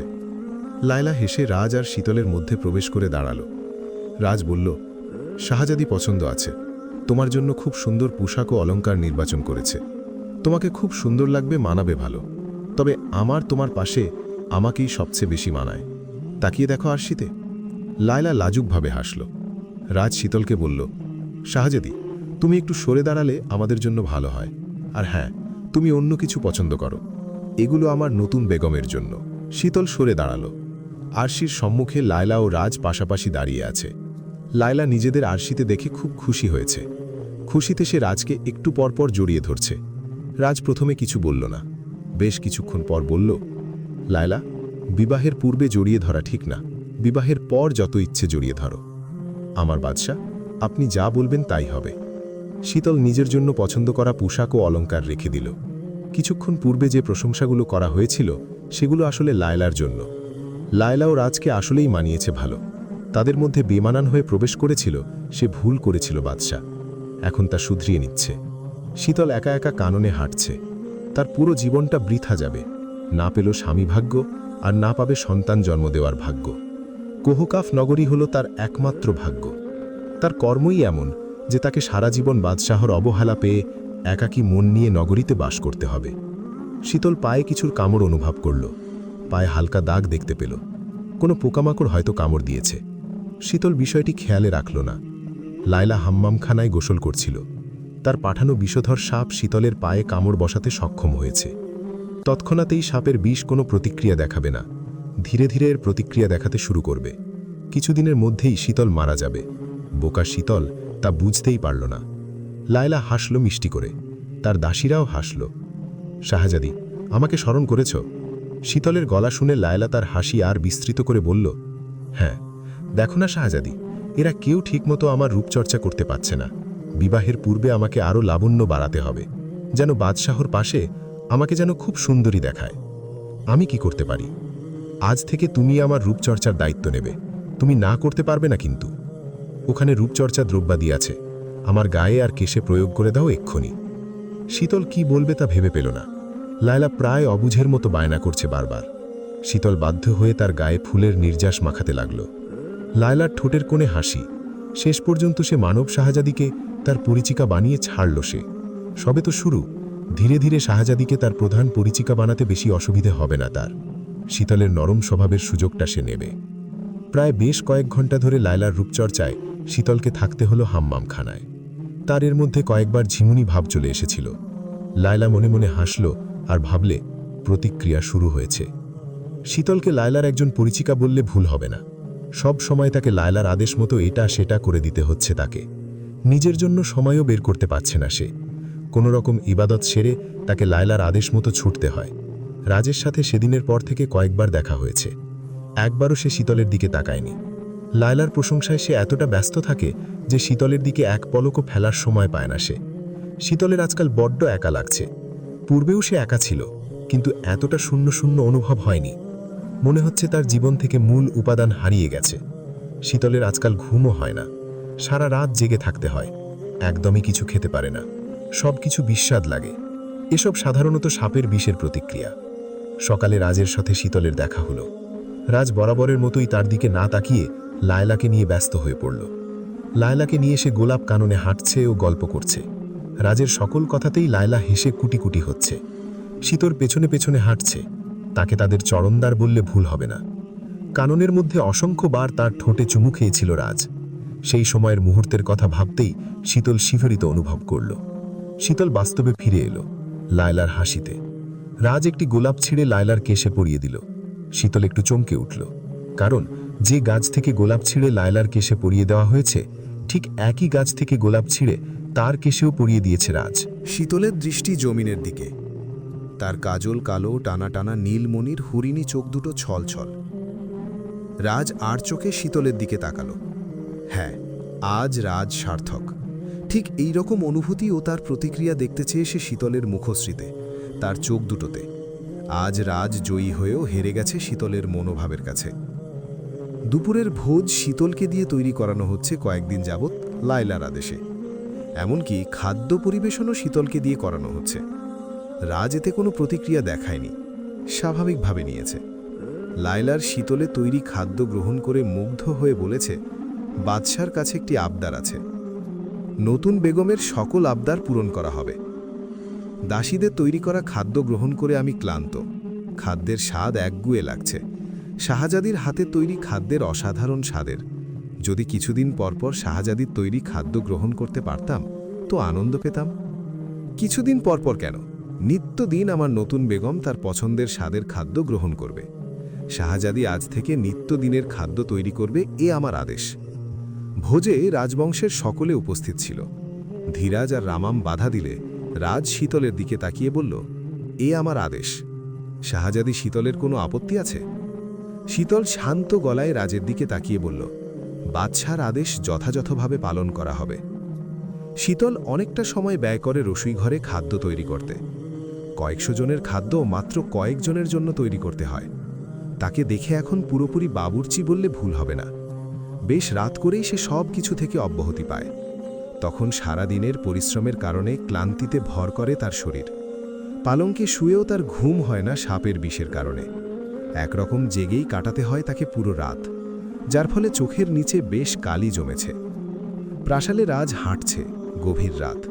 হাঁটতে হাঁটতে সে শীতলের পূর্বের কক্ষের দরজার সম্মুখে যেত প্রথম। একদিন দরজা খুলে ভেতরে গিয়ে দেখে কক্ষ খালি, শীতলের আসবাবপত্র নেই। দাসীরা তাকে জানায় লায়লা কক্ষ দখল করেছে, শীতলকে অন্য কক্ষে পাঠিয়ে। লায়লা কক্ষে প্রবেশ করতে পারছে না, কারণ কক্ষে নিয়মিত এবাদত করত শীতল। শীতল টের পেল তার কক্ষের বাহিরে কেউ দাঁড়িয়ে আছে। এক মুহূর্তেই মনে হলো রাজ দাঁড়িয়ে আছে। সে তৎক্ষণাৎ দরজা খুলে বাহিরে গেল। পুরোপুরি শুনশান নীরবতা, কেউ নেই কক্ষের সম্মুখে। হঠাৎ কক্ষের জানালায় আওয়াজ হলো। প্রচণ্ড হাওয়ার বইছে বাহিরে। হাওয়ার ঝোঁকায় হয়তো জানালা খুলে গেছে। শীতল জানালা বন্ধ করে পালঙ্কে শুয়ে পড়ল। রাজ অন্ধকারে নিজ কক্ষে কেদারায় বসে আছে চোখ বন্ধ করে। বিবাহ নির্ধারণের পর থেকে বেশিরভাগ সময় সে এভাবে বসে কাটায়। সলিল হঠাৎ উধাও হয়ে গেছে। শীতলকে বিষয়টি ভাবাচ্ছে। আজ ভোজের সময় শীতলের হাতে গরম খাদ্য পড়ে যায়। রাজ শীতলের হাত ধরে বলল, উফ, কতখানি জ্বলসে গেছে। সবার নজর ওদের ওপর পড়ল। রাজ তৎক্ষণাৎ হাত ছেড়ে দিল এবং কর্কশ গলায় বলল, দেখে শুনে কাজ করতে পারো না? আরও কিছু কঠিন কথা বলল সে। আরও বলতো যদি ধীরাজ তাকে বাধা না দিতেন।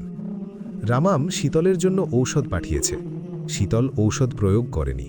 পুরো রাত সে জলসে যাওয়া হাত নিয়ে শুয়ে থাকল। জলসে যাওয়া হাত ব্যথা করলেও তার মুখে ব্যথার কোনো ছাপ নেই। শেষ রাতে তার চোখ লেগে এলো। ঘুমের ঘোরে তার মনে হলো কেউ তার গায়ে হাত বুলাচ্ছে। শীতলের ঘুম ভাঙার পর সে জলসে যাওয়া স্থানে ঔষধ দেখতে পেল। কেউ খুব যত্ন করে ঔষধ প্রয়োগ করেছে হাতে। শীতল চুপচাপ পালঙ্ক থেকে উঠে জানালা মেলে দিল। প্রকাণ্ড হাওয়ার ঝোঁকা তার গায়ে পড়ল। প্রাসাদে তোড়জোড় চলছে। আগামীকাল বাদশার বিবাহ। চারদিকে চাপা উত্তেজনা। প্রাসাদ ভরে গেছে মেহমানে। রাতে রাজ আর শীতলের দেখা হলো। লায়লাও তাদের সাথে ছিল। রাত থেকেই উৎসব শুরু হয়েছে বিধায় সকলেই হালকা সাজগোজ করেছে। শীতলকেও বড় বেগম হিসাবে হালকা সাজগোজ করতে হলো। লায়লা বরাবরই সাজগোজ করে থাকে, আজ একটু বেশি সাজগোজ করেছে। রাজ শীতলের দিকে তাকিয়ে লায়লাকে বলল, যতবার তোমাকে দেখি ততবারই পূর্বের চেয়ে বেশি সুন্দরী মনে হয়, তবে আজ তোমাকে অপূর্ব সুন্দরী লাগছে। লায়লা লাজুক হাসি দিল। শীতল বুঝতে পারছ না তার দিকে তাকিয়ে কেন লায়লার প্রশংসা করা হলো। আজকের মতো সব কাজ শেষে শীতল নিজ কক্ষে শোয়ার জন্য তৈরি হতেই রাজের পয়গাম নিয়ে এক দাসী হাজির হলো। শীতল রাজের কক্ষে উপস্থিত হলো। কক্ষের সাজসজ্জা পরিচিত মনে হলো। মনে পড়েছে শীতলের, তাদের ফুলসজ্জার জন্য ঠিক এমনভাবেই সাজানো হয়েছিল কক্ষটা। তবে এখন পালঙ্ক সাজানো হয়নি।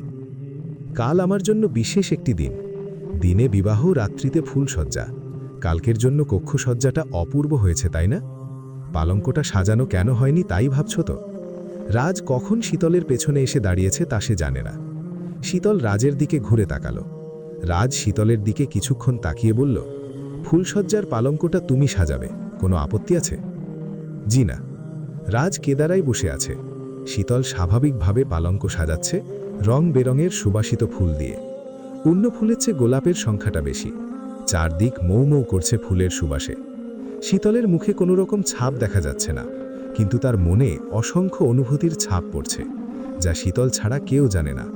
শীতল একটা একটা ফুল পালঙ্কে রাখছ আর নিজের মনকে সামলাচ্ছে। আমি এটাই চেয়েছিলাম, এখন এটাই হচ্ছে। আমার মনে বাদশার জন্য কোনোরূপ অনুভূতি নেই। সে আমার বাবার হত্যাকারী। রাজ কেদারায় বসে শীতলের দিকে তাকিয়ে মনে মনে বলল, কতটা নির্দয়, কঠোর হতে পারে মানব সম্প্রদায়। এরা কষ্টে ভাঙবে, তবুও মচকাবে না। রাজের শেষ দেখতে চায়। সকাল হল, চারদিকে হইচই, হট্টগোল, আনন্দ। লায়লার ঘুম আজ তার দাসী ভাঙাল না, তার বড় ভাইজান শাহনাজাদা রামাম ভাঙাল। লায়লা বলল, কিছু বলবে? তুমি এই বিবাহ করবে না। এর মানে? তুমি ভালো করেই জানো বাদশার মনে শুধু মানব শাহজাদি। লায়লা নিজের কান বন্ধ করে আর্তনাদ স্বরে বলল, চুপ করো ভাইজান, আমি এসব শুনতে চাই না। হঠাৎ রাজা ধীরেন কক্ষে উপস্থিত হল এবং নিজ পুত্রকে পেছন থেকে আঘাত করল। লায়লা ভয়ার্ত স্বরে বলল, এটা কি করলেন আব্বাজান? তোমার জন্য করেছি, চিন্তা করো না।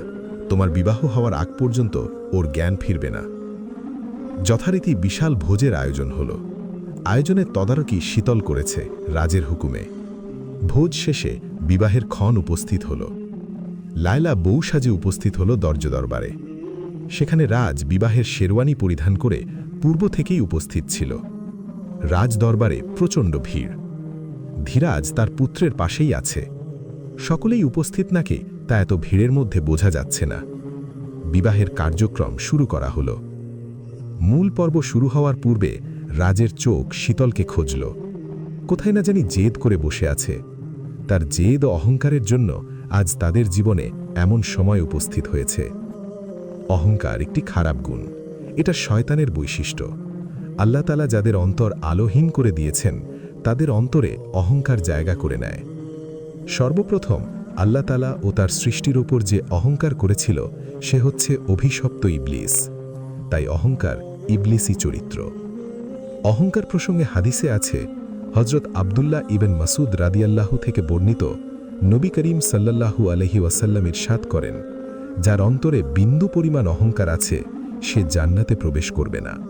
এক লোক বলল, যে কোনো লোক পছন্দ করে তার জামাটা ভালো হোক, তার জুতোটা ভালো হোক। তিনি বললেন, নিশ্চয়ই আল্লাহ সুন্দর, তিনি সৌন্দর্য পছন্দ করেন। অহংকার হচ্ছে সত্যকে উপেক্ষা করা এবং মানুষকে তুচ্ছ তাচ্ছিল্য করা। সহি মুসলিম।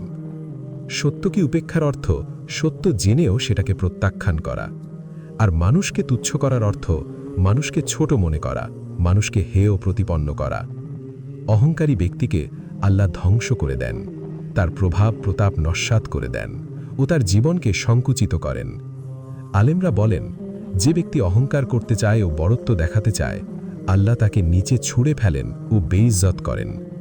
যে ব্যক্তি মানুষের উপর অহংকার করবে, কিয়ামতের দিন তাকে মানুষের পায়ের নিচে মাড়ানো হবে। এভাবে আল্লাহ তাআলা অহংকারের কারণে তাকে অপমানিত করবেন। অহংকারের নানান রূপ রয়েছে। ১. সত্যকে গ্রহণ না করা, অন্যায়ভাবে বিতর্ক করা। ২. নিজের সৌন্দর্য, দামি পোশাক ও দামি খাবার দ্বারা অভিভূত হয়ে পড়া এবং মানুষের উপর দাম্ভিকতা ও অহংকার প্রকাশ করা।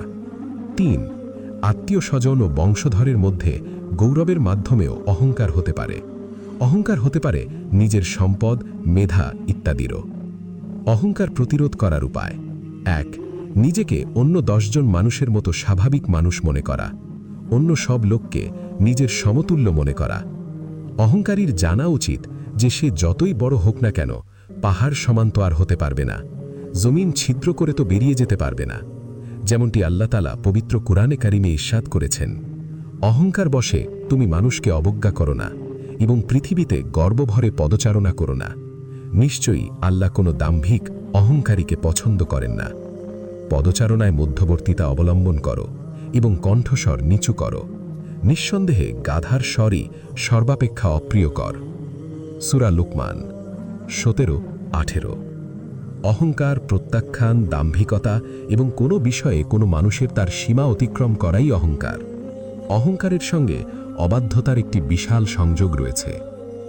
অহংকার প্রতিরোধ করার আরেকটি উপায় হল সবসময় একথা মনে রাখা যে অহংকারী ব্যক্তি মানুষের নিকট অপছন্দীয়, এমনকি আল্লাহ তাআলার নিকটও সে অপছন্দীয়। সুতরাং আমি তো মানুষের কাছে ঘৃণার পাত্র। এই ঘৃণা নিয়ে আমি কিভাবে চলব? মনে রাখবেন, সমাজের লোকেরা সবসময় বিনয়ী, নম্র, ভদ্র, সহজ সরল মানুষকে ভালোবাসে, পক্ষান্তরে কঠিন ও রূঢ় স্বভাবের মানুষকে ঘৃণা করে। লায়লার স্বাক্ষর লিপিবদ্ধ করা হয়েছে, এবার রাজের স্বাক্ষর লিপিবদ্ধ করা হবে। রাজ নিজের স্বাক্ষরের জন্য হাত বাড়াল। শীতল প্রাসাদের ভেতর অনমনে হাঁটছে। হাঁটতে হাঁটতে সে নির্জন স্থানে পৌঁছে গেল।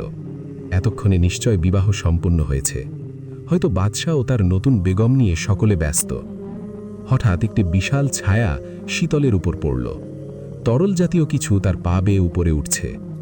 শীতল কিছু বলার পূর্বেই সলিল দৃশ্যমান হল। শাহজাদি, আজ বড় দুঃখের দিন তোমার, এসো তোমাকে একটু আদর করে দুঃখ ভুলিয়ে দিই। শয়তান, ছাড় আমাকে, বাদশাহ প্রাসাদেই আছে, উনি তোকে কঠোর শাস্তি দেবে, শাস্তির ভয় কর। প্রিয় বালিয়াডাঙ্গি ইসলামিক টিভি শ্রোতা ও বন্ধুরা, আপনাদের আন্তরিক শুভেচ্ছা ও ভালোবাসা। প্রেম অন্ধপ্রেম 2 পর্ব 1 থেকে 5 পর্যন্ত দেওয়া হইল। এরপরে শেষ পর্ব আসছে।